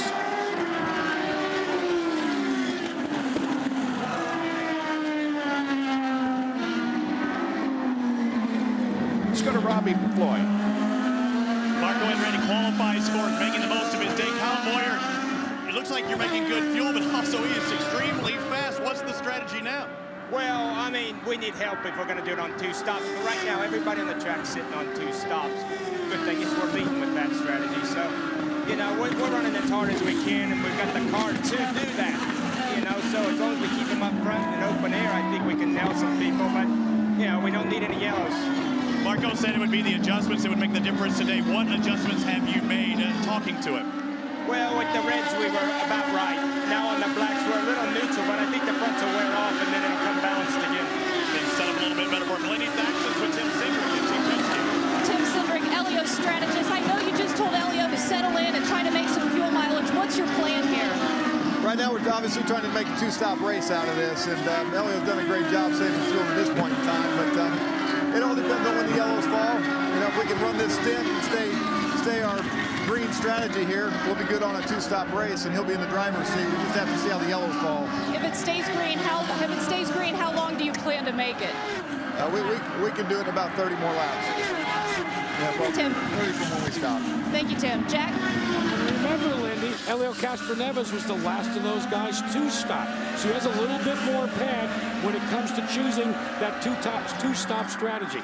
Now we're starting to get to the point, guys up in the booth, as Alex Tagliani's going to come in because he's out of sequence. Starting to get to the point where guys like Andretti, guys like Castroneves, and guys like, well, on 2-stop strategy, they're going to have to figure out they want to be the first to make their final stop. But if you're Willpower, hey, he's just creaming the competition. Can he do this thing in 3 stops? We shall see. Meanwhile, the crew is ready for Alex Tagliani. He worked up to 7th position, but relinquishes it now to come in for his 2nd pit stop. And after starting 21st, Bob, he's going on 4 black tires. Yeah, tire pressure company is just looking for grip right now. And again, he is all strategy from everybody else. Is here Ryan Hunter-Reay comes into pit lane. And Ready Autosport crew goes to work on that car. Ethanol in. Hunter-Reay out. Now, a follow-up on those 2 strategists on pit road, you had on the one side Kyle Moyer saying at the moment the 2-stop overall strategy, we don't think it's going to work. We have 2 more to make. Then you get right down to Tim Cindric saying, well, we think the overall 2-stop strategy, in other words, only stopping 1 more time, is a lie. There's definitely some cat and mouse. You would need, in my opinion, quite a bit of yellow for Castro Neves' strategy to work to only stop 1 more time. I don't think they're there yet. Robbie, I would have to respectfully disagree with you, Jan, because here's the way I'm breaking it down. Remember, Elio Castroneves went to lap 31. Now, I understand that we had some caution, but we also had those preliminary laps. Now, normally what they figure is that 2 laps under yellow for every lap under green in terms of fuel consumption. It's going to be very, very close, but I think Elio Castroneves can do it, because he is pitted. He went 31 laps versus Andretti's 29. Whoa, look at this action. Vitor Meira and Rafa Matos are wheel-to-wheel through the corner. Remember these guys fighting it out at the end of Brazil? Yeah. Remember Vitor got Rafa for bragging rights and being on the podium there? The 4th car on the line there is Danica Patrick. Vitor's chasing down Tags. We just saw Tags come out of the pit, so his tires are probably still coming up to pressures. There's a little bit of a tap. Well, that's, you got to be forceful to get around this racetrack, and it's great. Here it comes. Here's Vitor. Nice clean pass. Turn 5 and now turn 6. Well, what's good to see is obviously that was aggressive pass. They both got out. They both tires, but it shows that these cars are fairly stable. You can't just go banging at wheels, but you can brush up against things, and stuff's not going to fly off these race cars. Well, Robbie, keep in mind that remember let's go to Robbie Floyd. All of a sudden, we got car up the road. Tony Conundrum on a fresh set of primary tires. And I talked to Michael Andretti as he was getting ready to pull in. They're happy with that car and getting thrown out of the way because Alex Tagliani about to come in too, pitted right next to him. But he's happy with the way the car is handling right now. And remember, that's the same setup that Marco Andretti has. They both like their cars. They're just a little bit off different sequences than each other. So Kanan, just for the record, guys, Kanan went 29 laps in that segment because he came in on lap 10. So that's what he did under a full green running, which is pretty good mileage. That's better than expected. Yeah. So that would tip it towards Castro Neves' strategy of saving some fuel and getting more laps. Let me correct myself. That is under yellow. That's not full green running because remember he came in on lap 10, then it went yellow on 13. So just after he made the pit just stop. After. So 29 laps, that does make sense. And speaking of that yellow, Takuma Sato is back on track. 21 laps down, but he is back in the race. So all 25 cars are still running as we have completed 40 of the 90 laps in this Indy Grand Prix of Alabama as the National Guard car of Dan Weldon makes his way toward his pit.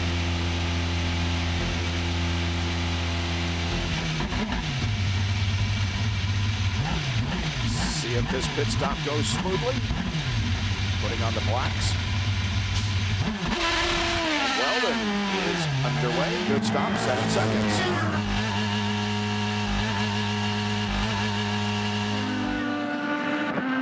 Looked as though Willpower's crew was set up for him, and Conway's as well, because Conway's box was right there in front of Weldon, saw those guys set up. But it makes sense. They were in on lap 13, so there's 27 laps of green run. That's a number that we would expect for a fuel run. And there's no question, there's no speculating on the fact that Power's on a 3-stop strategy, as is Conway. They pitted early enough to where they're committed to that. But where it's great right now for Willpower, he's got clean track in front of him. There he is. Power is on pit road. Belcaduno pulling out. Willpower purposefully coming in 2 laps behind Tony Kanaan. Strategist Clive Howe told him in his ear, go like heck, pretty much in those words, guys, to make up time since knows Tony will be out of the way. He came in on black tires. They are putting fresh tires on, loading up in fuel. He's just about down, and he's out. The 24 car is in as well. Conway service completed. And they go with a different strategy. They decide to go at this stage of the race with the Reds, as does Briscoe. Now remember, you have to use the Reds. You can use them a minimum of 2 laps, but you have to use them. Now, did you notice on Conway's car? Ooh, look at him, just he says, I got to take that position away from you, Vitor. But that's the kind of driving you have to do so you don't lose that position, because it is so difficult to buy. Vitor, go look on the inside. Not close enough. Marco Andretti continues to lead this thing with about a 1.6-second advantage on Helio Castroneves. Marco Andretti leading at the Indy Grand Prix of Alabama.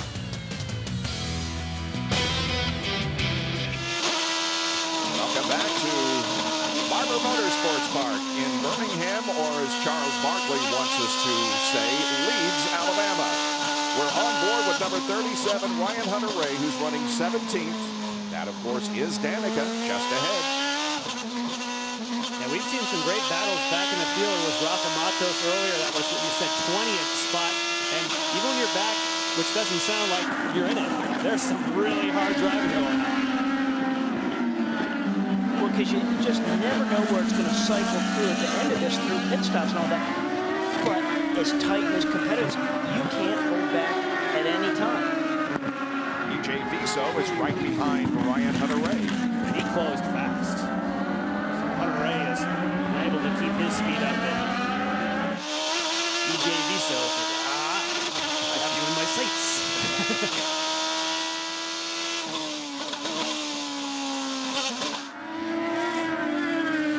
Helio Castroneves has shaved the interval between himself and the leader of the race. It was about 1.1 about 3 laps ago, and now it's down to just, well, a car length. So does Helio take the mindset now, okay, there's the leader of the race. I'm just going to pace off of him, mind my time in this position, and do what I can to save fuel, but obviously have Marco there right in front of me as the leader, knowing he's holding a good pace. Makes sense. As fast as he caught him, I think he's on it. I still feel that without yellow, he's, in my view, of course, just a forecast, he's not going to make it in just one more stop. And I think as fast as he caught Marco, that he's now adopting the same strategy as Marco, knowing they will both have to stop. Like, you think he's changed his strategy? And you know what, guys, did you see that overtake number? Marco Andretti is using the overtakes, and in some cases, it's for an offensive advantage. In the case of Helio Castroneves, he's used one of them to try and hold Helio at bay. Helio still has 18. The overtake in terms of Marco Andretti, he's down to 15. So it's kind of interesting from my perspective. You can use this overtake not only to overtake, but to keep someone from overtaking you. Yeah, that's true, Jack. And what I was saying, Bob, I don't think he changed his strategy. I just have thought that was awfully optimistic from the pit road to say that he could do it in one more stop. No question about it.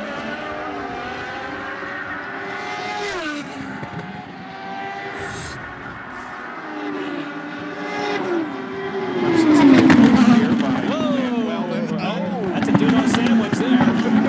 Cagliani on the inside.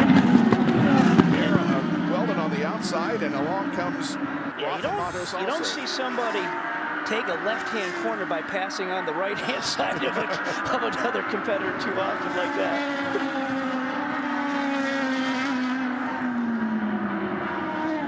Up at the top, you're seeing the running order, and the other number is the number of overtakes remaining.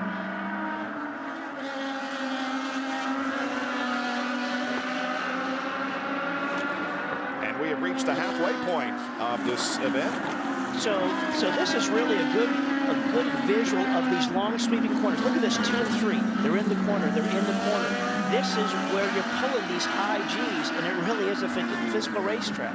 And now you're up through the gearbox all the way 150 miles an hour to turn 5. Wow, more cars.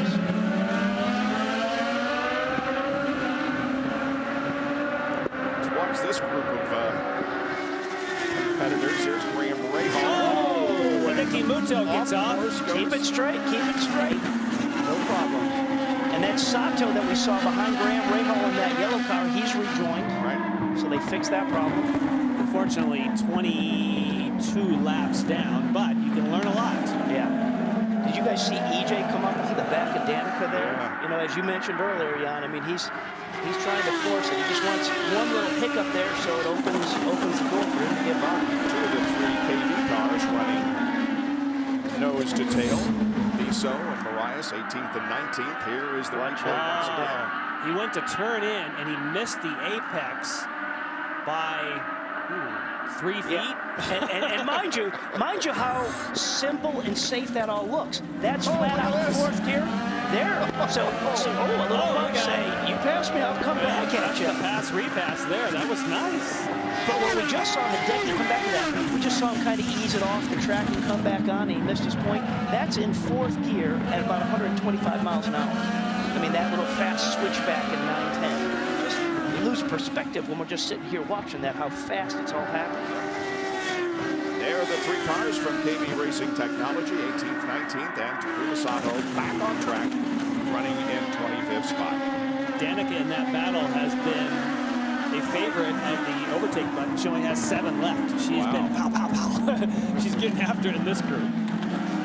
I'm amazed that the overtake button is really giving you that much to protect something or to give you that little bit of edge, which is fantastic. Because, you know, back in the original days with the push-to-pass button, as you're saying, with the Champ Car stuff, it was up to 50 horsepower was the differentiation, right? Yeah. Now with this 9, this series is so close together. A 9 horsepower and a little extra RPM is working here, even on these shorter straightaways. Yeah, we didn't think that. Simona Di Silvestro is in 5th spot, about 27 seconds behind the leader, but having a very good run here on this course. She's finished 16th in the first 2 races of 2010 at Brazil and in St. Petersburg, but she has run very well. And we saw her lead in Brazil, and she was running very strong in St. Pete, but got spun out there in turn 1. Well, I led 2 laps in Brazil, as a matter of fact. Marco Andretti leads, but we expect a pit stop from him shortly. Right behind him is Elio, and 3rd is Diction.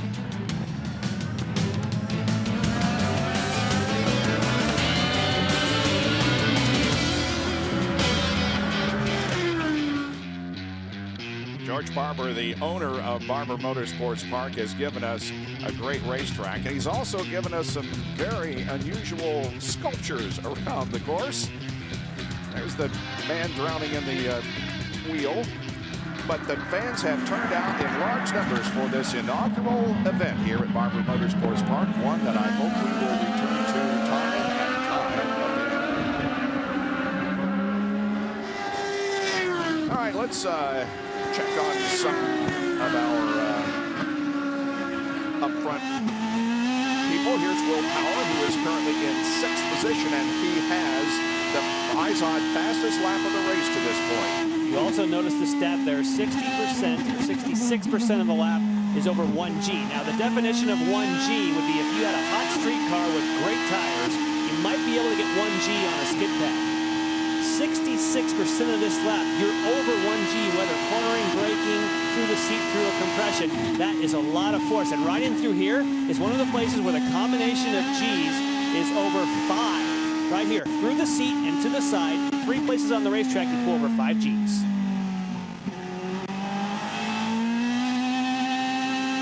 Boy, he looks very settled in that cockpit. He is, you know, just relative to how we've seen other guys really fight the wheel. He's going into turn 1 here, down to 5th gear. Just watch him turn the wheel in. You know, he's working it a little bit, but he's just got it hooked up. He's smooth, yeah. 1st and 2nd.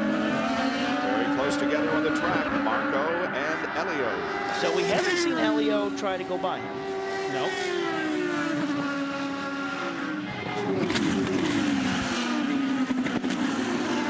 And Michael Cannon talking to her right now, and I'll tell you a little bit about what they're talking about. It's fuel strategy. Michael, I know you just got through talking to Simona. It's a fuel strategy game for you right now, isn't it? It is very much so. I mean, we're going to try to do it in 2. We're still 2 laps short. We need a little bit of yellow. I've never heard anybody talk quite so eloquently, I can't get it out, as a rookie that she is. It's amazing how she communicates. That's our race in the halls. He's remarkably good for a rookie. That's what's seen us do as well as we have this early on in her career. He's a rookie in the IndyCar series, but she almost won a championship in Formula BMW as well as the Atlantic series there. So she's no rookie to racing, and it's showing it today. Great communication between this team. After all, she does know 5 different languages. Yeah. Well, let's look at this here. Elio going to make a move. Look to the inside. But the one thing he can do when he really is that able to stay behind Marco, he can save fuel, use that draft. He can ease back off the throttle and just pace off that. So since Elio is the only one car that went 31 laps on their first conditions, we just heard from Mike Cannon and Simona, she did 30, so no one's done as many as that guy right there, Elio number 3. So if somebody could pull off that whole idea of just a 2-stop strategy, he'd be the one. Yes, I think. But Michael Cannon said, as we both believe that he needs help, I still think Elio needs help. You know what I love about you, Jan? I don't give up. You make a commitment and you stick with it. That's right. Yeah. Well, that's the word that every driver's used around this track is commitment. If you want to be fast and good around here, you need commitment. Jan's just taking it from a different perspective up here in the booth. Well, you don't want to waffle, like you said. You gotta make your picks.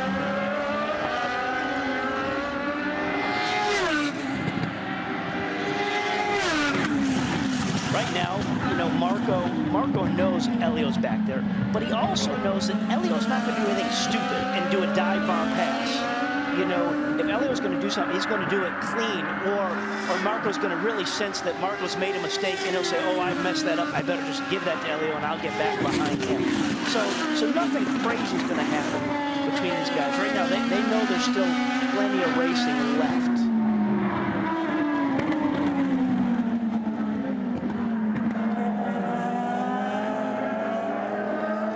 Marco is probably about 4 stops away, or 4 laps away from being in. 3 to 4 laps is what I would say for Marco. Justin Wilson has just made the fastest lap of the race. He is currently in 10th position, showing the charter on the side pods this weekend for Dreyer and Frankel Racing. Running in 10th position, he just passed Alex Lloyd to go into the top 10.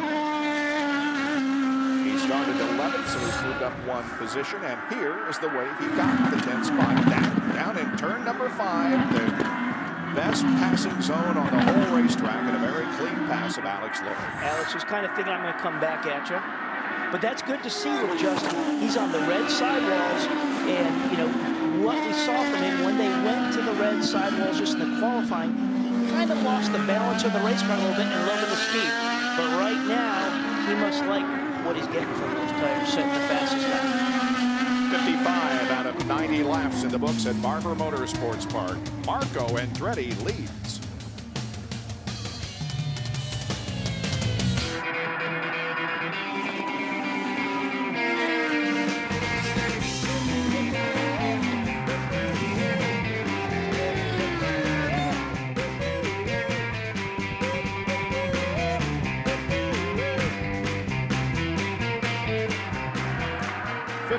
Races since he was in victory lane. And Marco Andretti currently leads the Indy Grand Prix at Alabama, presented by Legacy Credit Union.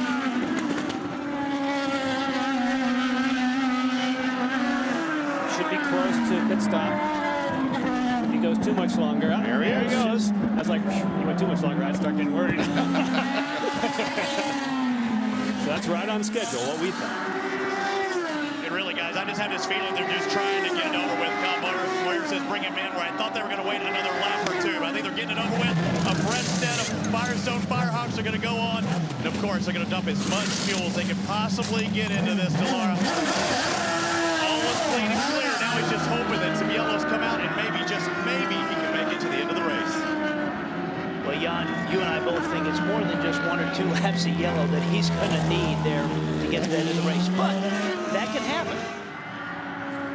Notice there on the pointer, you saw his pit exit speed. The limit is 50, and he was right at 49 and 50 miles an hour. 50 is okay. 51, you're soon deserving a penalty. There's no wiggle room. And it's a pretty neat deal. All it is a button on the steering wheel that you press that button. It keeps the car at that speed. But when you come into pit road, it's the driver's responsibility to get it down to that 50-mile-an-hour mark. You can't just press the button and it does the work for you. You got to get it to 50, but then the button keeps it there. Elio has not been out of the top 3 since the green flag dropped at this race. Led 7 laps. Marco Andretti has led 38. Willpower 12, and Elio has now led 8 laps. And Elio's in a good position right now. He wants to lay down as fast as he can, because he definitely was being held up by Marco. So now is the chance to lay down some fast laps, give yourself a little bit of cushion on where he was to Marco earlier. So what he's trying to do is, when he comes into the pits, he wants to come out ahead of Marco. But he's got some traffic up ahead of him, and that could flip-flop that whole deal of trying to make that position up on Marco. Does that make sense? You with me on that? I'm with you. Okay. I'm definitely with you. Great look there at Graham Rahal, who has been struggling this weekend to find the kind of setup and the speed that he wants. He says, we never gave up, but boy, we've thrown everything at this car. We can't quite make it into my comfort zone. He will go at least one more race for Sarah. Oh, here's a good battle. I think Wilson's going to go for it.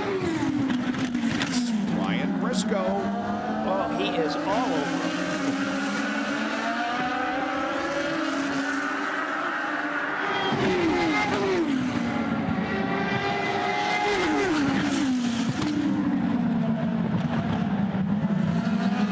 Conway.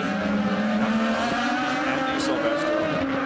Look at that. A little bit of kind of fisticuffs, if you will, a little bit with Conundrum and Conway. Oh, another sandwich. Gosh. And Viso has spun, but we'll keep going. Back underway. That's in turn 5. But boy, that's a quick split. 130 miles an hour. They did that with Milkaduno, Conway, and Conundrum. Elio completes another pit stop. Rather, Dario completes a pit stop, which should put him a lap or 2 short. Yep. So again, we focus back on Castro Neves. He needs to go another lap or 2 on strategy to work. And that's exactly what they're trying to coax out of Elio Castro Neves right now. They also told him that at this point in time, what he needs to do is use the overtake button if it can gain him some advantage over Scott Dixon. The magic number for them is 60. To be comfortable, they'd like to come in on 61. Well, if he can do it. And isn't that interesting? I'm saying, hey, he's got to go as fast as he can and use the overtake button just to where he cycles out with Marco. But also, you got to save fuel. You got to get to that point. Rafael Matos made a pit stop, and here is Scott Dixon making a pit stop. And the Penske driver goes back out there. That's Andretti coming down the front stretch. Position on Diction. Pretty good gap there.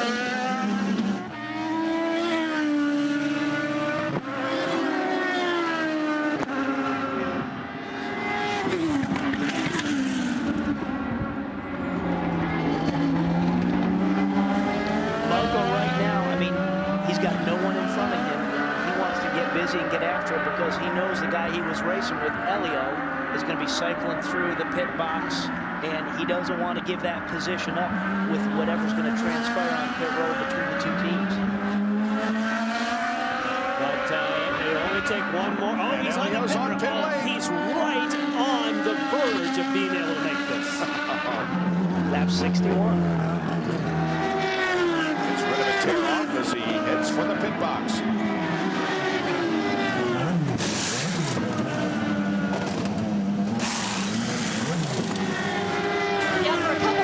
Telling Elio as soon as you get traffic, get in here.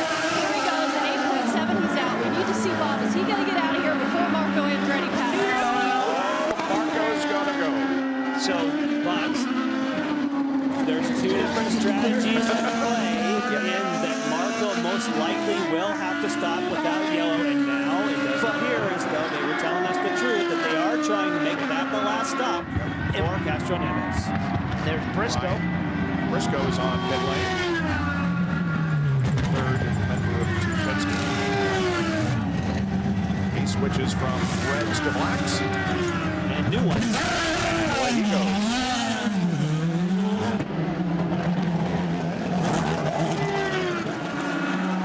So, what I love right here, Helio Castroneves with the orange mirrors.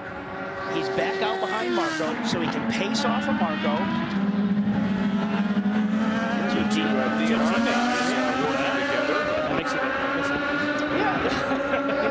They can have a spirited battle, but don't cut each other up. You know, have it be friendly. But Justin's, when he's sneaking his nose out as you're going into turn 12 there at 160 miles an hour, don't make a move there. Whoa! You see Justin's car just get a little bit loose. That rear end trail around as he comes through there. That's at 7th place. Yeah, 7th and 8th.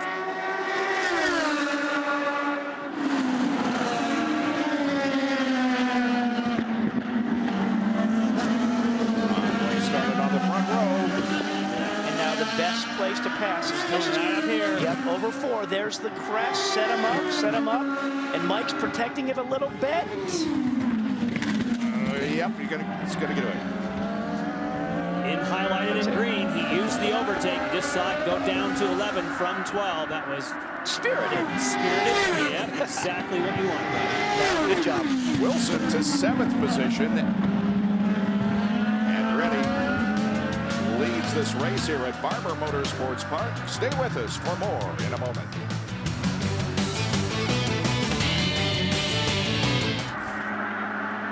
Willpower relinquished 4th position just a few minutes ago to make this pit stop.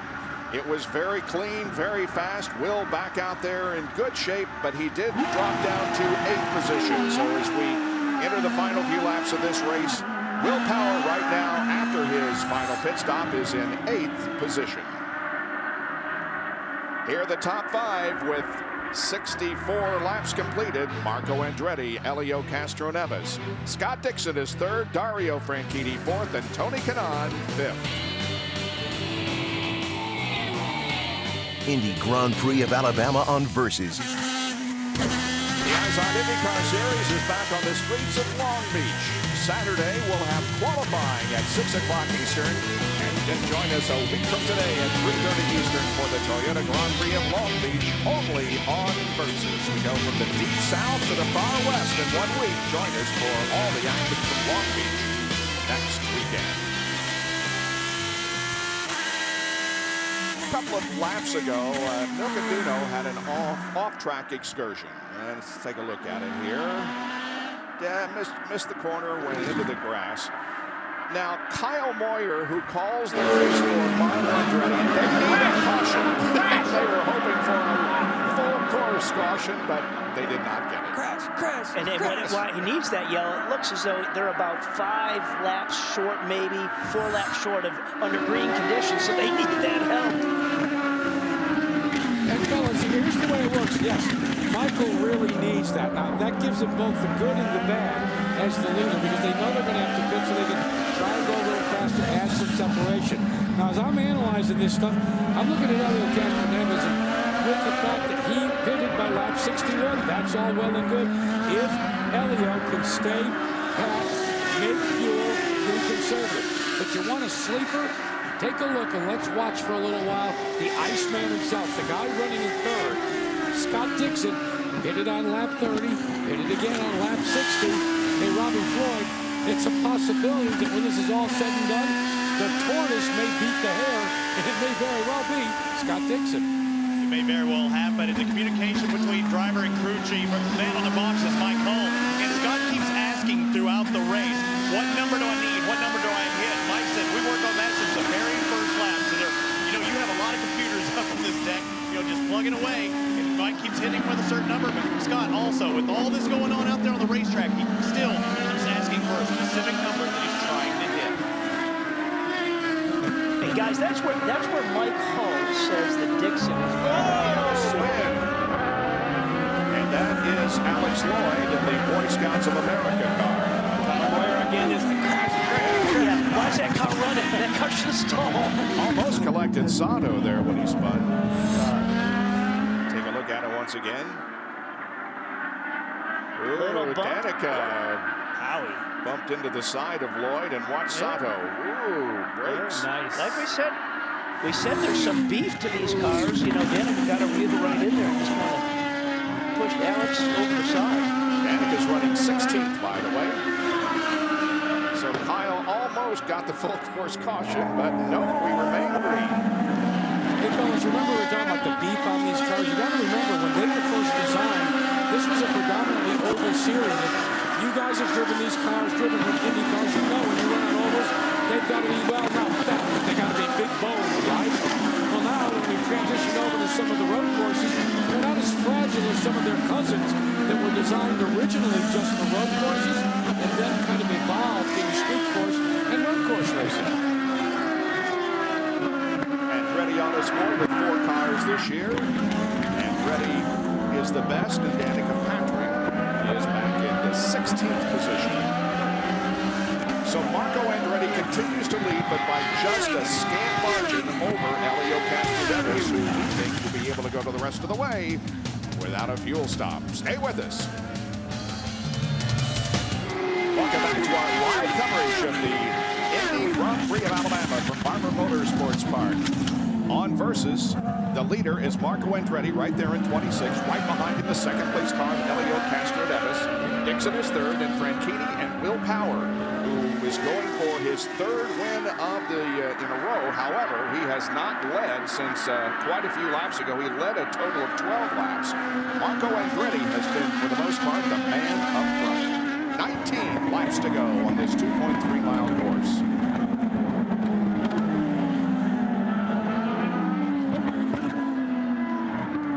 So I was saying earlier when we were talking about Diction and kind of the guy we forgot about in that 3rd position, Mike Hull, his strategist, says that Scott is so good at taking, you know, giving him numbers, and he does it. He can produce it. He'll hit it.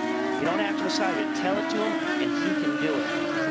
Pretty high praise. Yeah. The last race of 2009 at Homestead Miami Speedway, we ran without a caution, and we've only had 1 caution here in our first race on U.S. soil in 2010. So the race is moving along very, very quickly. We've only got 18 more laps to go in this event. 17 cars still on the lead lap. So this is going to be interesting how this shakes it up here. We got that lead pack. There's Marco, the red and black car, chasing down Graham, being pressured by Elio. How are they going to carve their way through here? Very good. But does Marco be aggressive and gap it, and then he's got Graham between him and Elio, and then, having said that, then he's got other cars in front of him. So it's going to be a good last 50 laps. Well, Elio's been telling strategist Tim Cindric, every time I get too close to Marco, I'm just losing all my clean air. I can't go around him. And Cindric is saying, be sure if you can hit that overtake, if you get a good run, then do it. And he's also saying, we can go the distance here. There is absolutely no way that Marco can get to the end without a yellow, and we saw that earlier on Kyle Moyer's face, guys. And that is indeed the case. We will not have to make a pit stop if we stay green. If is a big word right now. You won't miss a thing in IndyCar nonstop on Versus.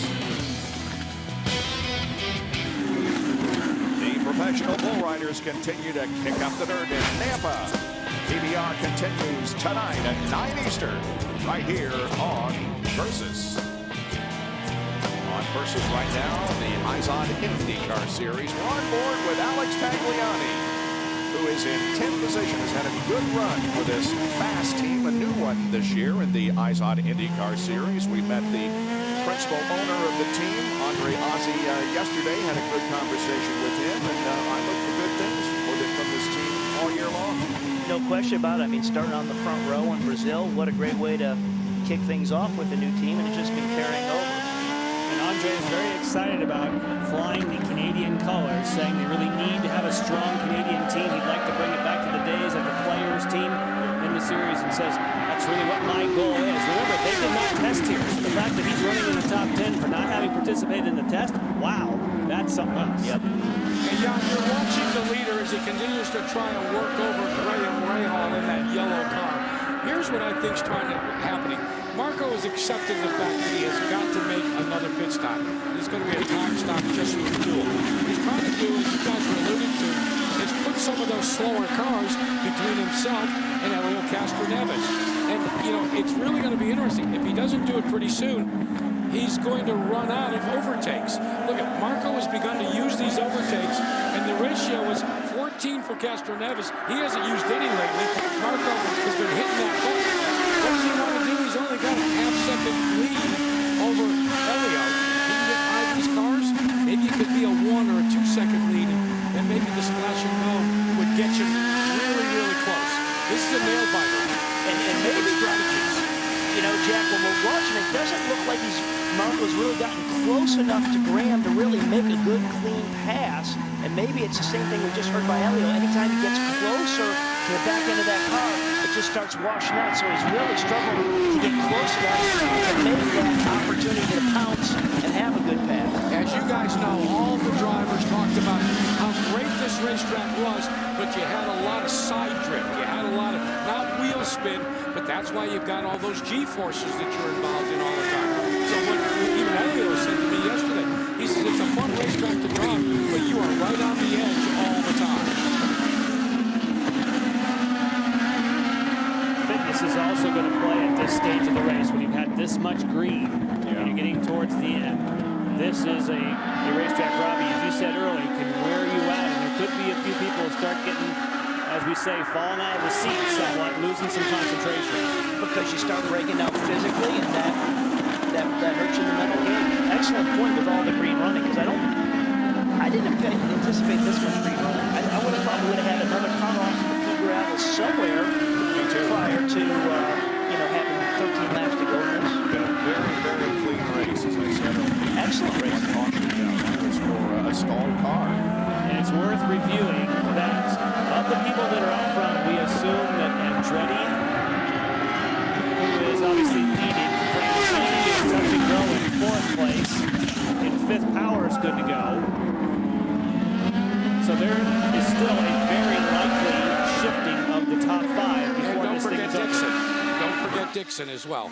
Yes, Diction, I believe, should be able to hang with Castroneves just by his history of making fuel. Battle for 8th position. On board with Tony Kanaan, looking back on Justin Wilson. Just a few minutes ago, this was our first telecast on U.S. soil. It is, of course, the second race on U.S. soil for the IndyCar series with our buddies at ESPN on ABC having coverage of the St. Petersburg Grand Prix. How do you not just love looking out the back of that? When we were looking earlier back out of Turf 5, you look back at Justin Wilson just trying to put power down. The rear of the car is just kind of squirming in 2nd gear coming off there.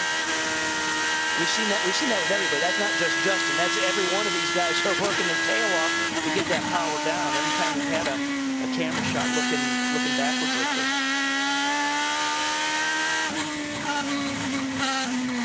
Still don't feel like I'm on the roller coaster elevation ride that's really out there when I'm on board. I know. It's not you just can't get the feeling, yeah. of how blind some of the stuff is and really what the elevation change is.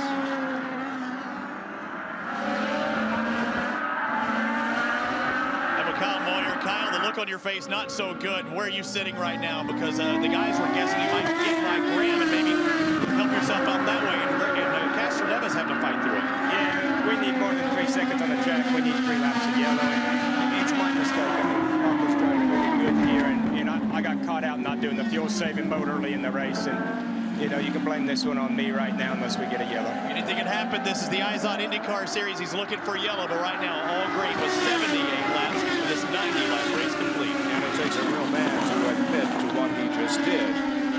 And when you're wrong, which is me. But thank you, Jan. Hey, we're going to take another break, and so we can have the last 10 laps without interruption. this thing is far from over here at Barber Motorsports Park. All right, we're back to settle this thing here, and a lot of traffic act now. Oh! How did Conway get through there? I covered my eyes. You yelled, I covered my eyes. That's Tony Kanaan running in 7th. Then Wilson, then Conway, 7th, 8th, and 9th. It has been 24 laps since Marco pitted, and we heard Kyle say that he has a need for a pit stop relatively quickly here, which means that if he does pit, we're going to have a battle, it would seem, between Elio and Scott Diction, who are currently running 2nd and 3rd and very close to each other on the racetrack. Right behind Diction, position-wise, is Franchitti, who stopped a lap earlier. And here he comes. So Marco is on pit lane. Too bad that he has to relinquish the lead. He has led 58 laps of this thing, but he is in for a needed splash of fuel, Robbie. Well, no need for tires, just a splash and go. He's saying, I want you wide open coming in. Too much time. Unfortunate. Kyle Meyer took it upon himself, and he's feeling it now as much as Marco Andretti is. And he's going to come out, however, with a relatively clean racetrack ahead of him. And, you know, we saw Kyle say, hey, take this one on me, but, you know, you got to be aggressive on the pit stands. A shout out to Graham Rahal and the Sarah Fisher car. Right now, he is going a lap down, but he has stayed on the lead lap all race long. And that was Elio on the overtake button. That was off of turn 5, and he used that overtake button and gapped Rahal. And here comes Diction. Oh. He didn't want it to be that easy for Diction to get by Rahal, that's for sure. 3rd place, Dario Franchitti is about 10 seconds behind these two, so it would appear to be a battle to the finish between Elio and Diction. you mentioned Franchitti. Again, he stopped a lap earlier than Diction, so he may also need a splash. Behind him in 4th place, Power, we know he doesn't. He pitted much later. You're just on board right there with Diction. You want to talk about back steering and working this wheel. And, you know, we talked about how physical this racetrack is. When you see you're having to catch the wheel just like that all day long, you're working hard. It's a drain on you physically. Then mentally, you got to be sharp. I call looking at his driver, Scott Diction.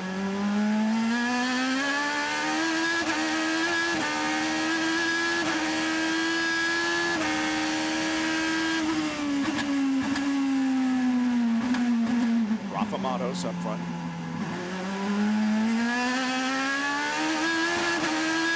Sawing on that wheel as he's putting the power down in me.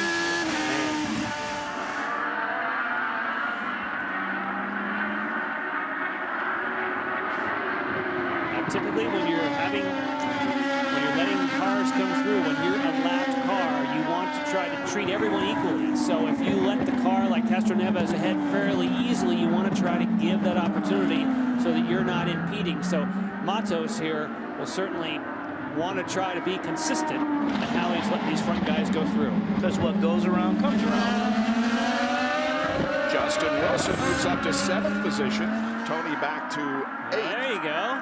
And right there in turn number 5 is where the pass occurred. Nice and clean. Wilson, Kanaan, and Conway, 7th, 8th, and 9th. And some battling going on here. You saw that Diction did get by Rafa Matos. So now there are no cars between he and Castroneves. But he definitely lost time. And in order to do that, Scott Diction used one of those overtakes because he saw what happened there. Needs to make some time. We understand that race control asked for a courtesy from Rafa Matos, which was quickly given. All 3 of the Penske cars are in the top 6. Verizon Team Penske with Willpower is 4th, Briscoe and Castroneves are 6th and 1st, respectively. And Daniel Patrick pulls in for her pit stop. I was here just a moment ago.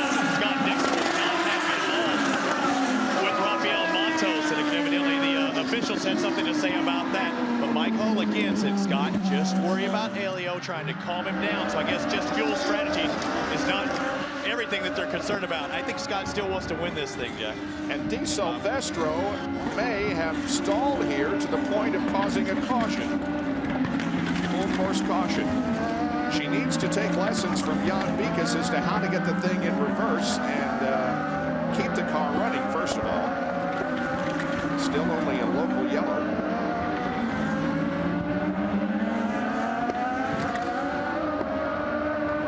Less than 5 laps to go in this one. And the interval is opened up between first and second. Here is the replay. And Robert's car, full course caution. On the brakes in. Rotate around. Well, with this being full course yellow now, that helps Franchitti. It helps Franchitti, but it also brings Diction right on the back of Elio, and he's got no issues. We were kind of saying, hey, Diction was going to have to really conserve it, but that all goes away.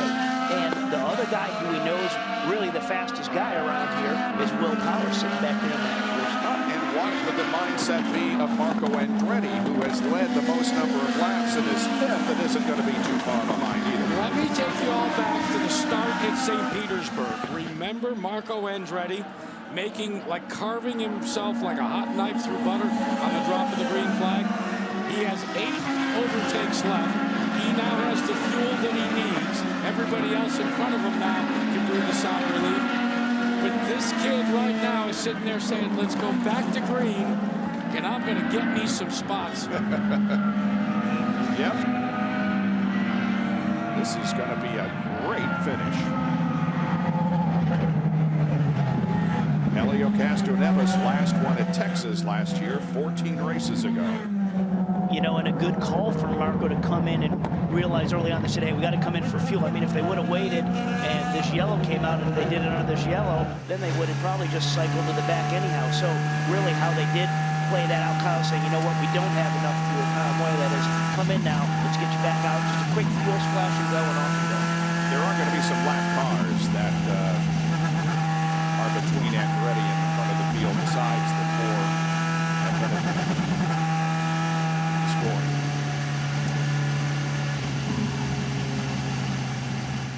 Remember me talking about overtake? Originally, the idea was to give you the added horsepower to be able to go faster and pass a car.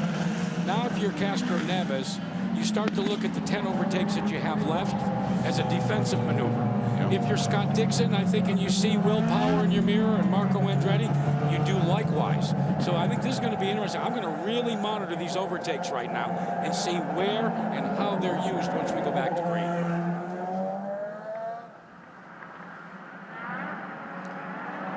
I'm really amazed at what a great tool that, again, as we said earlier, that overtake button only being the small horsepower percentage it is, but it just gives you just that little bit you need that we've seen. Okay, guys, how about some predictions here? Jan? Castroneves, I think, has had everything go his way, and unless Scott Diction has been really saving something that we haven't seen yet, I think that under these circumstances, Castroneves can drive away. Shorty? Well, thank you. Well, between you and I earlier, I thought I liked what Diction was, so I'll just stay with Diction. Okay, yeah, you know, I won't be fair weather guy here like the right of me, Jan. Yeah. You know, we predicted for the start of the race who was going to win, and I picked Elio, and so did Robbie, right? No, I went with Diction just to separate. Right. So, yeah. And you had power, if I remember, Bob. I did not. No, you did. You did, Mr. Jan. Oh, how did I forget that? Yeah, right. Oh dear. Medics, yeah. Come on in. We're gonna have to have a talk with him. He said that with such a straight face too. It really concerned me. It caused me to think of a minute there. Okay. Well, the pace car's pulling off. Hey, okay. We're ready to go back to racing. Jack, watch those overtake hits. You got it. Just 2 laps to go when they hit the line.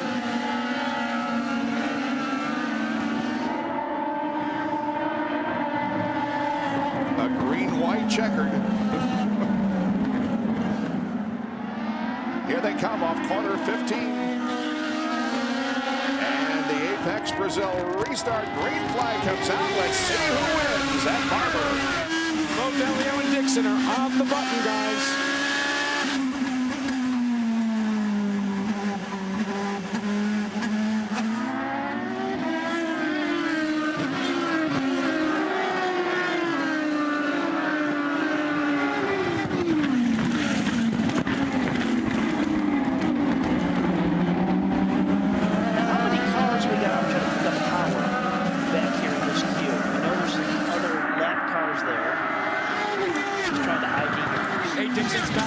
Again, he's down to 14. Elio Castroneves sees in the rearview mirror. He hits the button again. Offense, met the defense. Doesn't seem to have anything for Elio,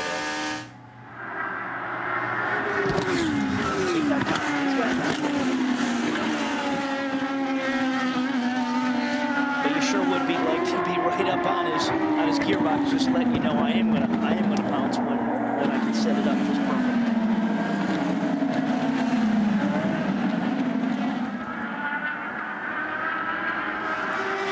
White flag is coming out.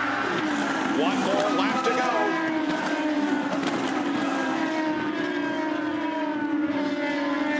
There's Dario back in third position, and Willpower right behind him. There's the podium spot right there. This is, I think, the battle, and he can do it. It's going to play out. Yep. Okay, this is where we've seen all the passes. He should stay to the left. He's on the overtake. Both are on the overtake. Oh, looking to the inside in 5. That might have been his last chance. I don't know, with the traffic in front of him, it may just, Franchitti just may have to dump the throttle once and then he can get in there. All right, it looks like that the win streak is broken. He has just a few more feet to go through turns 11 and 12. Willpower streak and 2 wins in a row is over. Elio Castroneves, through largely pit strategy, wins the Indy Grand Prix of Alabama here at Barber Motorsports Park. Don't forget, he goes for his 4th win at Indianapolis in May. And here is Willpower, who finishes in 4th position after winning the first 2 races of 2010. It's Elio's first win since Texas last year, his 17th victory in the IZOD IndyCar Series, and his 23rd win in major open-wheel competition, moving him into a tie with Dario Franchitti for 14th on the all-time list. Elio Castroneves wins here in Alabama. We'll be back in just a moment on Versus.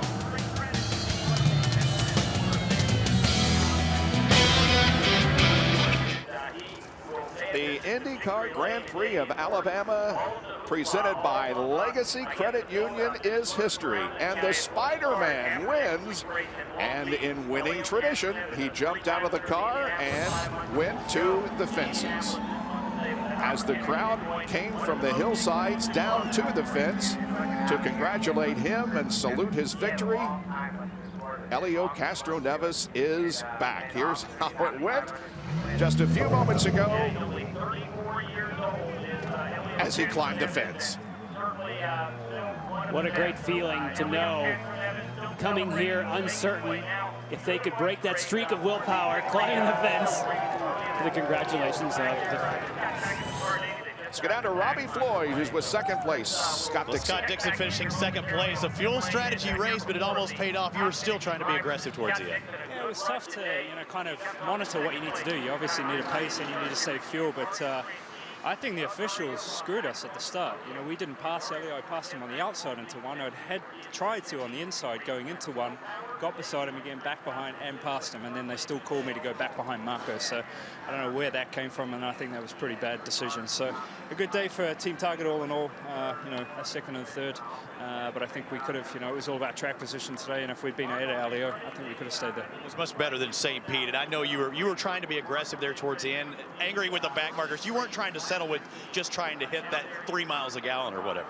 Yeah, you know, that was the hard thing. You got the team, you know, in your ear saying that, you know, you got to save fuel, but all in all, you got to try and push. But got to say hi to my wife Emma and Poppy back in England watching too, and her family and my family back in New Zealand. So thank you. I know you wanted to win, but Target Chip Ganassi car number 9 Scott Diction takes second place here in Alabama. After an 18th place finish at St. Petersburg, the runner-up today is Scott Diction. The winner is Elio Castroneves. We'll talk with him when we come back on Versus.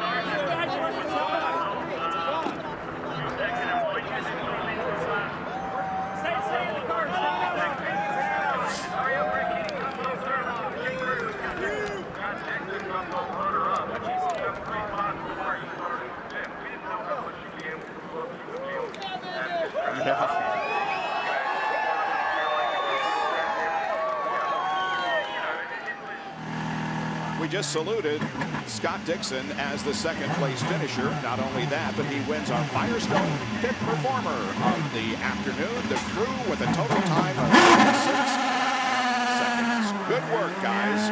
And now, Izod salutes a winning performance with Izod Victory Lane. Here's Lindy with Elio. And Elio with his 17th career win. You step up out of the car, you say, where's my baby? Where's my baby? Is it any different as a dad? I think so. I think so because I want her to share this moment with me. And I want it sooner than later. And certainly here, incredible job for everyone. Team Penske did a hell of a job. You know, so far we keep going and working together. Will definitely was the car to beat. But again, this place was about strategy, and we were able to learn a lot from St. Pete and Brazil and execute this today. So I'm so happy. This is unbelievable. Great for 2010.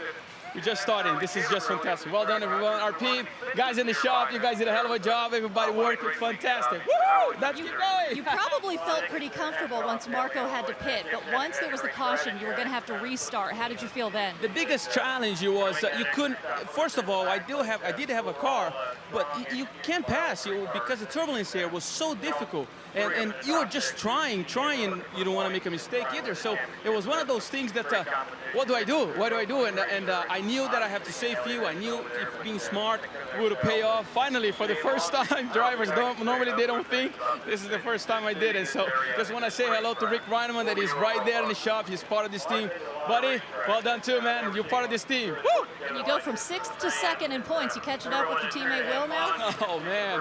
Wow, this is the good news. I didn't know that. Still a long way to go. Certainly, I take it, obviously. I take it every chip. We kind of like chip it away. But this group, hell of a job. This guy is incredible. They deserve it. Let's keep working. There's still a lot more to go. And Indy's coming up, reigning champ there. Elio Castroneves, his first win as a dad. Robbie? I'm feeling for Marco Andretti, just like I felt for Kyle Moyer out there while he's watching you go around the track. The yellows just never came out. How much was that killing you while you were at the wheel?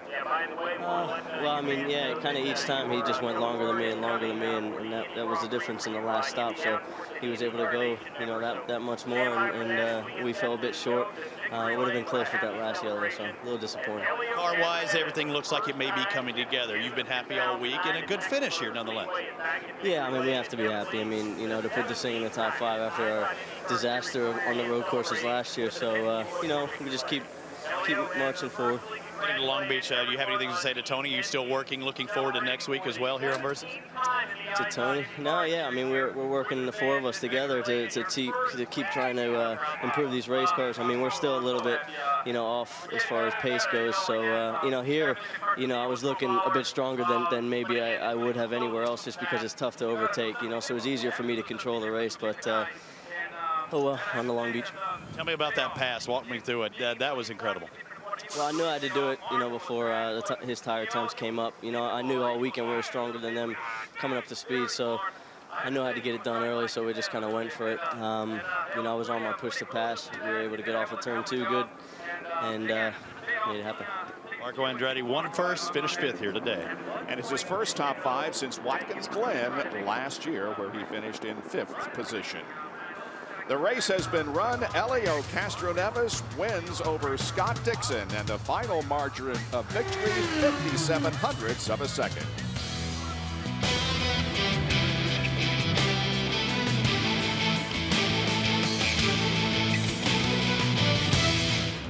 Beautiful overhead shot of Barber Motorsports Park, where we ran the Indy Grand Prix of Alabama today.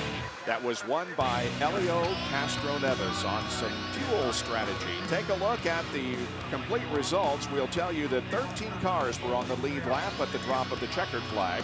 The average speed of the race, 106.436 miles an hour. There were only 2 caution periods for 5 laps, and we had 3 leaders, 7 lead changes. Marco Andretti led the most laps at 58. Castroneves led 20, and Willpower led 12 of the laps. Down to Lindy Thaxton. And Willpower, talk about how traffic really affected your race today. Yeah, I think it affected everyone, you know, but it just really happy for the Verizon guys to ended up 4th. That's still good points, you know, and we anticipated it being a real tough race. And just like I said before, if there's a yellow falls at the wrong time, it can really help, you know, some of the people back there in the pack. And, you know, I guess we sort of made a wrong call there. We didn't anticipate people being so slow back in the pack, but, you know, we finished 4th, and we're actually happy with that. Yeah, you had said before the race that if you knew you couldn't win, the key was really for you to just stay out of trouble. Yeah, exactly. You just got to, you know, I mean, execute every race best you can. Some days the yellows will work for you, and some days they won't. So there's no use in complaining about it, because, you know, maybe in Brazil it helped us. So yeah, you know, I'm not complaining. Happy with 4th. And you're still the points leader. Helio went from 6th up to 2nd, so it's getting kind of tight there in Team Penske, huh? Yeah, man. I mean, he's going to be tough to beat. He's learning all my tricks, you know, saving that fuel. But yeah, good on him. He did a great job today, and so did Ryan. And it's good to see the Penske cars in the top 6. Thank you, Willpower. Congratulations. Thank you. Let's take a look at the final word. The key moment in this race, well, I think it came back on lap 31 when Tim Cindric, who's the tactician for Helio Castroneves, called him into the pits. How puckered up were you? Yeah, it was tough. You know, the first decision you had to make is whether you're going to stay out on that caution or not. And, you know, we decided to throw the dice and go on a 2-stop strategy today. And obviously it paid off, but it wasn't easy. Helio did a great job saving fuel all day long. And, you know, on that first pit stop, it's the key to try and get to that lap 31, because we were able to go a couple minutes further than Marco and more further than Diction, which gave us a little bit of leeway the rest of the race, because we knew at that point, as long as it stayed green, we were in the driver's seat. A couple of years ago, you went off reservation at the end of the season trying to chase down for a championship with Helio. Yeah. What did that do to your tactics and strategy today? Well, we're 11 years now, Helio and I, so we have a pretty good idea when to roll the dice and, you know, when to play it conservative. And today was one of those days where we needed to win, and it was time to roll the dice. And it paid off big. Congratulations. Thank you. Guys? Tim Cindric gets the final word, some final thoughts from Jan and Robbie. Well, when you talk about the strategy, and you heard Willpower say, maybe we made the wrong call there, he didn't make the wrong call when you're the leader of the race and the leader in the championship. You have to take the easy money. But then you heard Tim Cindric say, we rolled the dice, and it paid for us today. That's what's so interesting. When you're behind, you take chances, and today, those paid. And you talk about rolling the dice. I did not think there was anybody that could even go for a 2-stop strategy. So when the green flag came, I didn't even think that was a scenario that guys were entertaining. So they made it work, but definitely caught me off guard. Whew. It's been really fun coming here for the first time to see the Indy cars run. A beautiful facility, and as you saw, scattered throughout the hillsides and in the grandstands, back on the backstretch, a large crowd on hand. I think the Eyes on IndyCar series has a big future here at Barber Motorsports Park, and certainly the rumors that we had heard about how it was going to be too narrow, there wasn't going to be any passing, it did many times give us some very good racing side by side and a lot of passing. But Helio Castroneves is the man of the day as he gets his first victory of 2010. Will he be able to do it again at the Indianapolis Motor Speedway and win 4? We will be there with extensive coverage throughout the month of May, including qualifying and a 1-hour post-race show following the running of the 500. Cycling action is coming up next. Paris-Roubaix. Join us next Sunday at 3:30 Eastern for the Toyota Grand Prix of Long Beach. Izod, the official apparel sponsor of the Izod IndyCar Series, available at Macy's. For more information on the Izod IndyCar Series, log on to versus.com. And congratulations to our winner, Elio Castroneves. For Jan Dekas, Robbie Buell, Jack Arute, Robbie Floyd, and Lindy Thaxton, I'm Bob Jenkins. See you next weekend.